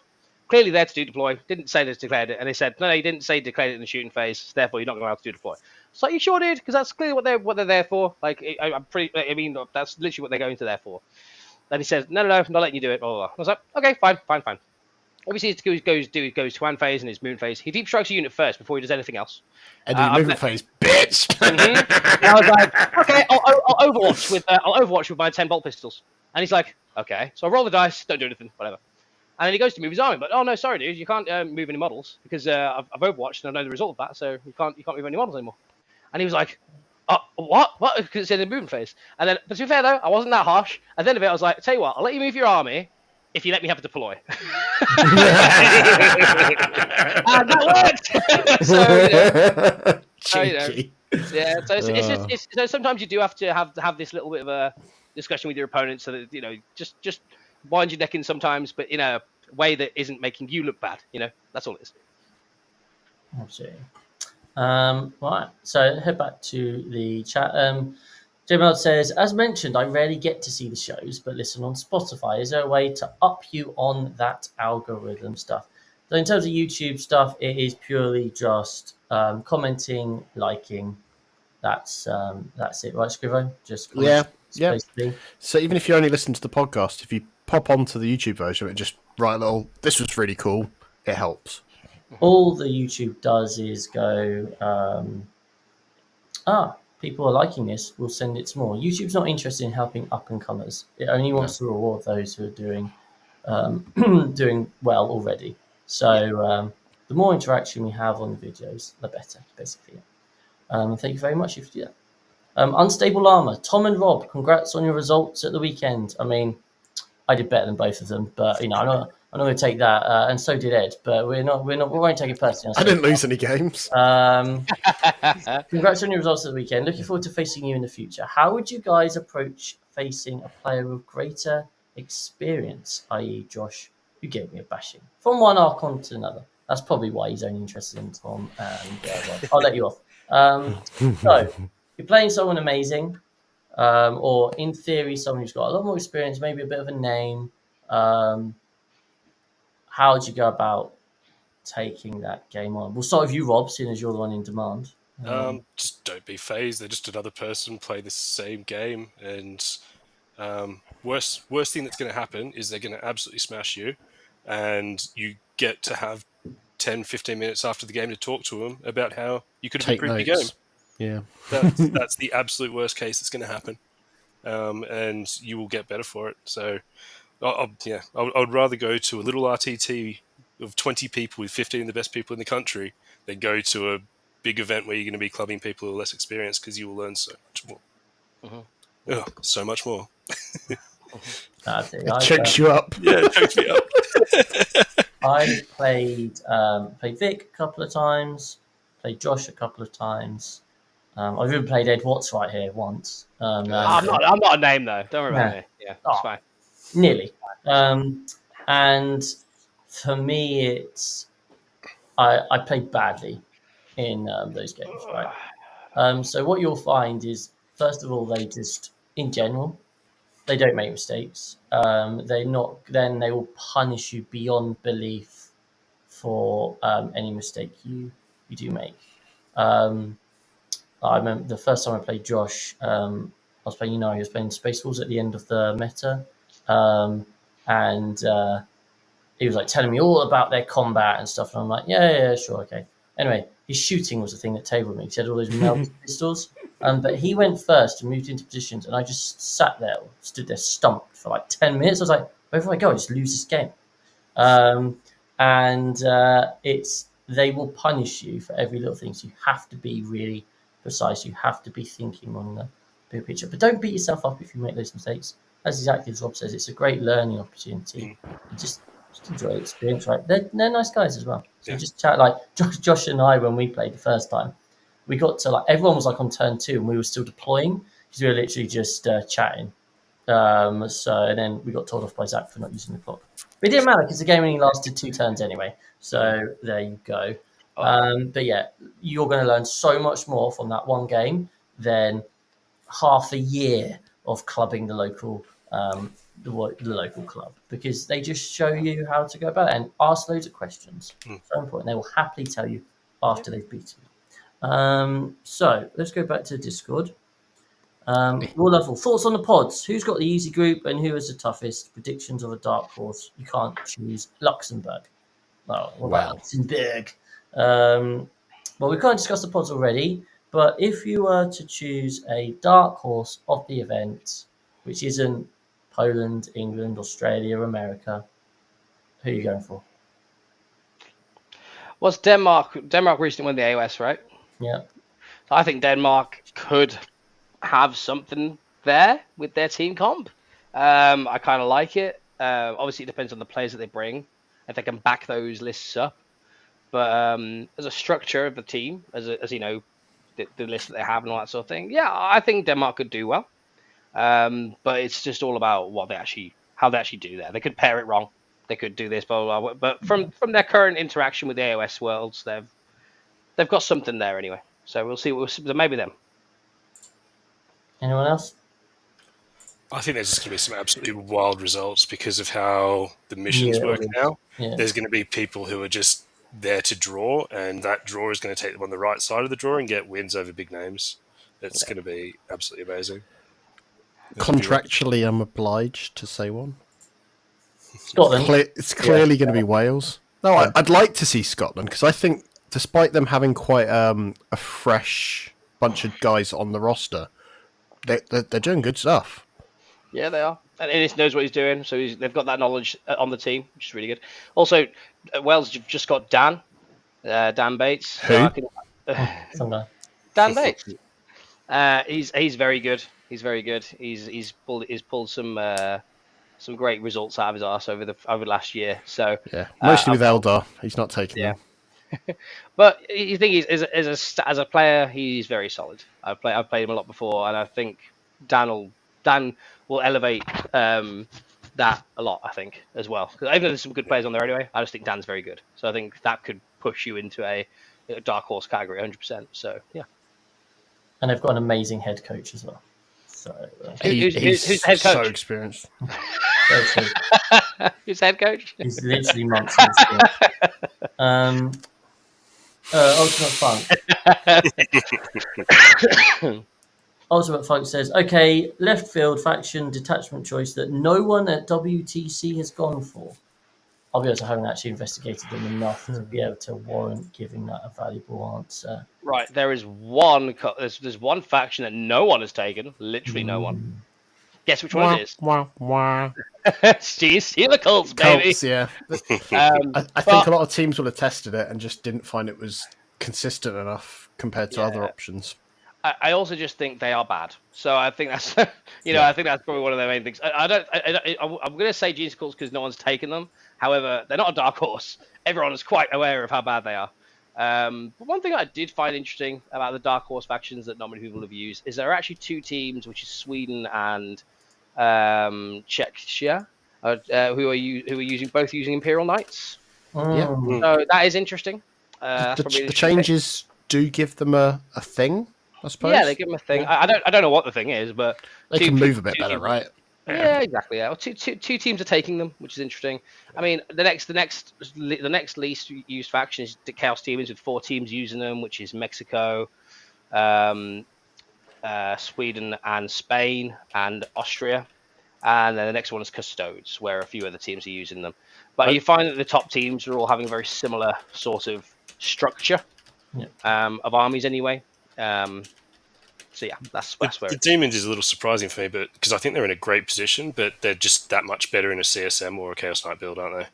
That's the issue. That's the problem for them. Yeah, it's the same issue where you might not see Drakari as much because you might just rather see it as a Yanari build. Yeah. So like pure Drakari is as an army is good. Swingy as hell. Swingy, but it's not bad. Yeah.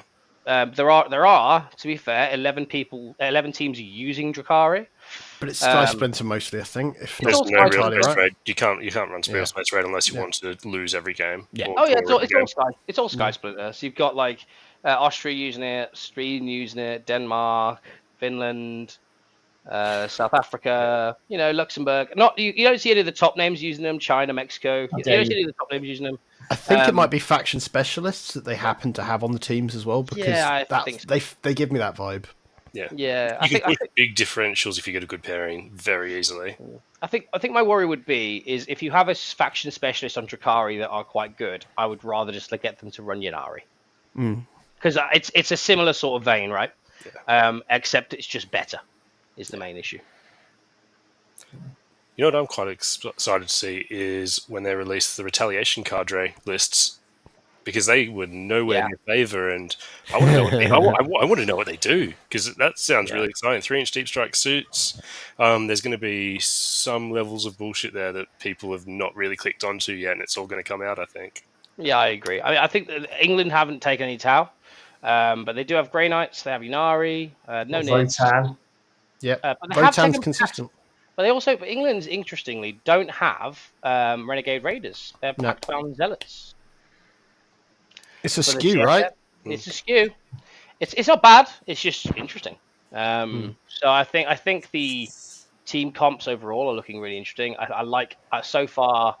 I love the fact that Australia's taken Stormlance. And I love the fact that there's a Righteous Crusade. If they're not on Kangaroos, we'll be upset. Yeah. And Bulgaria as well do have that, but then they don't have sisters, so yeah, I don't know. I'm not sure how to feel about that. But yeah, there's some interesting ones. So yeah, well, awesome. Next one. Whose list are you most interested in? And if you've seen them, did any of them surprise you? We've only seen the German ones. I've seen them all, mate. Oh yeah, screw, I've seen them all. But yeah, next Tuesday's episode is going to be all about WTC, and we're going to go in depth in all the interesting lists, and I think it will change the landscape of singles for the next few months for sure, because although they are designed for teams, obviously there's still inherent power in these lists, and all the big brains have been thinking about it, and also people just like to copy lists off the internet. Yeah, because think about last year, my favourite one was Land Raider Redeemers were really not seen anywhere, and then post WTC, every Space Marine list had one. Poland started taking. Was it Poland? It was Poland, because we were literally sat there the day before, and I was going, right, I'm playing this, but I don't really quite get what they're doing. And then I played it and went, oh, I get it now. This is fucking immense. Well, we should have taken this. They put Poland put Fugan in their Eldari list at the time, and because at the time I was like, yeah, Fugan's amazing, but I just can't really fit him in because everything was so broken in terms of its points and that sort of thing. And obviously Fugan then went to dominate for the next month or two or 5. So I always enjoy this moment, by the way, because we're just about to hit 2 hours, and the little logo comes up in the top right-hand corner saying, live broadcasts ends in 10, 9, 8. So I just sit here panicking for 10 minutes. So it says you're all still watching. It didn't let me down last time, but just so you know, I did have a mini heart attack again. Anyway, what one element, this is from Ultimate Funk, what one element of Euro 24 or any other major sport event coverage would you like to see in place for WTC? So we're obviously, I know StatCheck, they did some good stuff last year. I assume they're going to be doing it again this year. I would love, it's obviously a long way away, is to have people showing how it's half time in a football match and they're drawing on the screen and they're talking about these plays and analysing the structures. I think that would be quite cool. Post game, you've got pundits who have been working and are able to go, right, this play here where he went boom, boom, boom, this was the thing that won him the game, and just that quick fire recap type thing. VAR. Highlight shows, a post highlight show. I think that would be super cool. Shout out to J Meld, who just said, actually, fuck it, you're worth more than a coffee. My hero. I think that we like to coin the phrase that we're bang average and relatable, because we've been called relatable multiple times, but we're worth more than a coffee. Not related, relatable. I like that one. How good's your channel? Well, we're worth more than a coffee, I'd say. Yeah. So I like that one. Thank you very much. Come join our Discord, sign up to the TTS League, or just chat. You're going to get access to loads of stuff now. So thank you so much, J-Man. It's been great to have you. Cheers, man. Anyone else for coverage? Interviews. I want to see more interviews with players on really tight rounds. If there's a round that loses or wins the round for them, they went to the end, and it was an unexpected score, an interview there would be really, really cool. Just for each player. I like that. I'd like to see live scores. Live scores would be really cool. Yeah, logistically, that would be impossible, but it would be on a ticker. Just having scores going on. So that'd be cool. As someone that's helped cover the team's events for AOS, I would like to see that level of coverage. Not because we did it for AOS, but because Joe last year did a really good job with Wargames Live, but it was his singles format coverage of a team's event, and that just felt like a missed opportunity. So having that kind of layers and showing the room, the vibe, because it's a massive hall, and you see one table. It seems a real missed opportunity to me, and there's a lot of money required to do that. I think that's the challenge, because it is all very much a lot of goodwill to do any of this coverage. So I think I would like at this point to shout out not brand shout. I'd never heard of them though. They're called Epic Flail. Oh yes, they were great, and they streamed Sheffield Super Major. Yeah. And obviously Zach has not done really much streaming apart from at the LGT in terms of any of his other events. We've been crying out for it for a long time. I get that it might not feel like a beneficial business decision, maybe not feel like it's adding much, but actually for the community as a whole and raising awareness of UKTC, that sort of thing, I think it's going to be fantastic. The channel itself has only got just over 1,000 subscribers at the moment. So if you are interested in watching, there are 5 games up on Epic Flail. Franco, our very own team member, is interviewed after Game 1. He doesn't play Game 1, but he talks about his channel, One True Demon Lord. He talks about his demon list. He doesn't mention 6++, so screw you, Franco. But obviously in the future, I'm sure we go to these UKTC events. You'll get to see us. We'll be interviewed. Tom will be interviewed because that's how it works. But yeah, it's I think it's a really exciting opportunity that we can, we've got the best tournament circuit in the world realistically, and now we're going to get to put it on live streams. So go support Epic Flail, go and check out them on YouTube, and apparently they're planning on streaming, going around the UK and streaming those events. So that's pretty cool and pretty exciting. Might get them to do mine if they're around. Yeah, you should definitely do that. That'd be really cool. Speaking of mine, Cardiff Carnage, 24th and 25th of August. Yeah, Cardiff Carnage, guys. I'm going to be there. Come along. Tom might be there. Jack Tight's going to be there because I'm driving him. Quite a few of us are going now, I think. Yeah, so. We've got 58 tickets sold so far, and there's some amazing prizes. Almost £1,000 worth of prizes for you beautiful 60 people who are going. So it's going to be great. Lots of stuff to give out. And I'm looking forward to running it. It's the first one that I'm running at Firestorm as well. Fantastic venue. If anyone's ever been there before, it looks incredible. Great bar, decent food, good weekend away. So hopefully see as many of you there as possible. Absolutely. We need to get more people there because I'm going for Best in Faction Grey Knights this year, and I need those space points. So I need that 3-2 that I'm going to get to count for my top 4. So we need to get up to that 96. That'd be much appreciated. Also, the more people that come means I can get golden tickets next year. Just saying.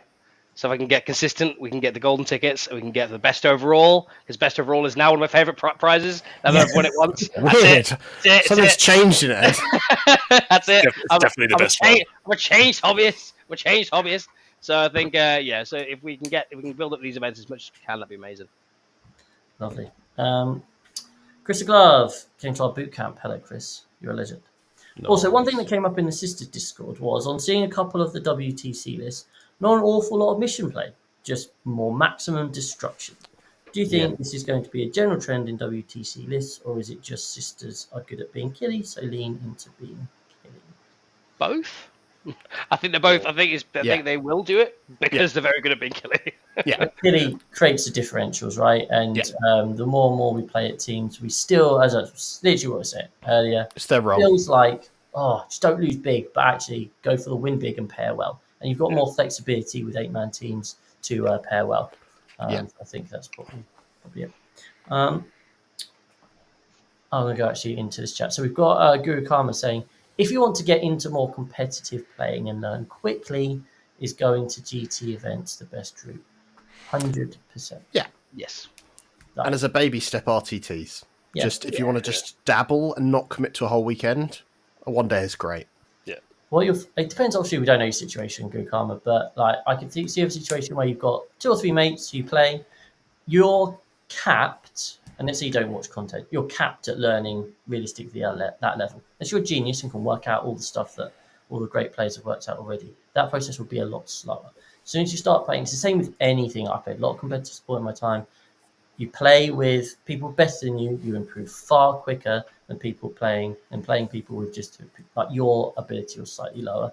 The level you're getting of play at GT events now is like genuinely like impressive. I mean, like I lost my first round game, right? I consider myself a reasonably decent level tournament player, and the guy I lost to lost his next 3 games and then quit out. Right? Like the standard is good now, and you're going to pick that up really quickly. Like, I can't recommend tournaments enough. It says my main practice partner lives in Helsinki. He plays against Team Finland, so he's got me into comp play. Yeah, comp play depends on personality. Again, I've always, whatever I do, I always try and play competitively, and I really, really enjoy that. But comp play it doesn't live up to the reputation which some people give it, where everyone's a dickhead and out to like screw you over and that. And as we try to promote on this channel, you can have a great time playing tournament games and just having fun and still playing the right way at a good level. So definitely get to those GTs, have fun, you'll learn those and it'll open your eyes up. The final question for now, Hannibal. What was your biggest surprise at Sheffield GT, i.e. most overperforming faction, scores, etc.? Tesseract! Also, okay, we were going to get Blinker Vision with the Tesseract. However, shout out to Johnny with his AdMech. Yeah. Oh, yeah. He did fucking incredibly. He made it all the way to the final. He went through Ironstorm. He went beat through Ben Jones, right? Ben he went Jones, through- top player. He went through And that was a Ironstorm. great He beat Dark Malcolm Angels in list. the Yeah, mirror. he was a great. The thing is, he didn't just go. He didn't just like win because he got the perfect matchups and blah blah blah and all that sort of thing. He had some tough games throughout that run. He won games that I don't understand it. So fair play to him. Like he won games that I wouldn't expect him to. He really overperformed with those AdMechs. So I know we're going to get Blinker Vision with the Tesseract. So I just want to make a point of that now. John, if you're watching, fucking amazing run. I think you should be absolutely chuffed with yourself. Yeah. That was amazing. That was amazing. And also, congratulations to the man with the Tesseract, because it's a Tesseract. But I want to mention Johnny as well. Yeah, absolutely. I mean, Blood Angels, both of our teams, 7th and 8th. Mm-hmm. We were expecting to see Blood Angels there at the top. We would have, I think, if Paul didn't drop. Paul had to go because he wanted to watch the football, which I cannot blame him for. Yeah, 4th came 4th, right? So yeah, that's another Blood Angels up there, and they're all different lists. That's the interesting thing. Like Porter went for bricks, Ed went for MSU, Harley went for tanks and stuff. So yeah, was there any sisters near the podium? Jack was 4 and a draw. Yeah, if one more person, that's what I was expecting to see. Was a few kind of biting the ankles at least. Well, Jack drew with Space Wolves round 3.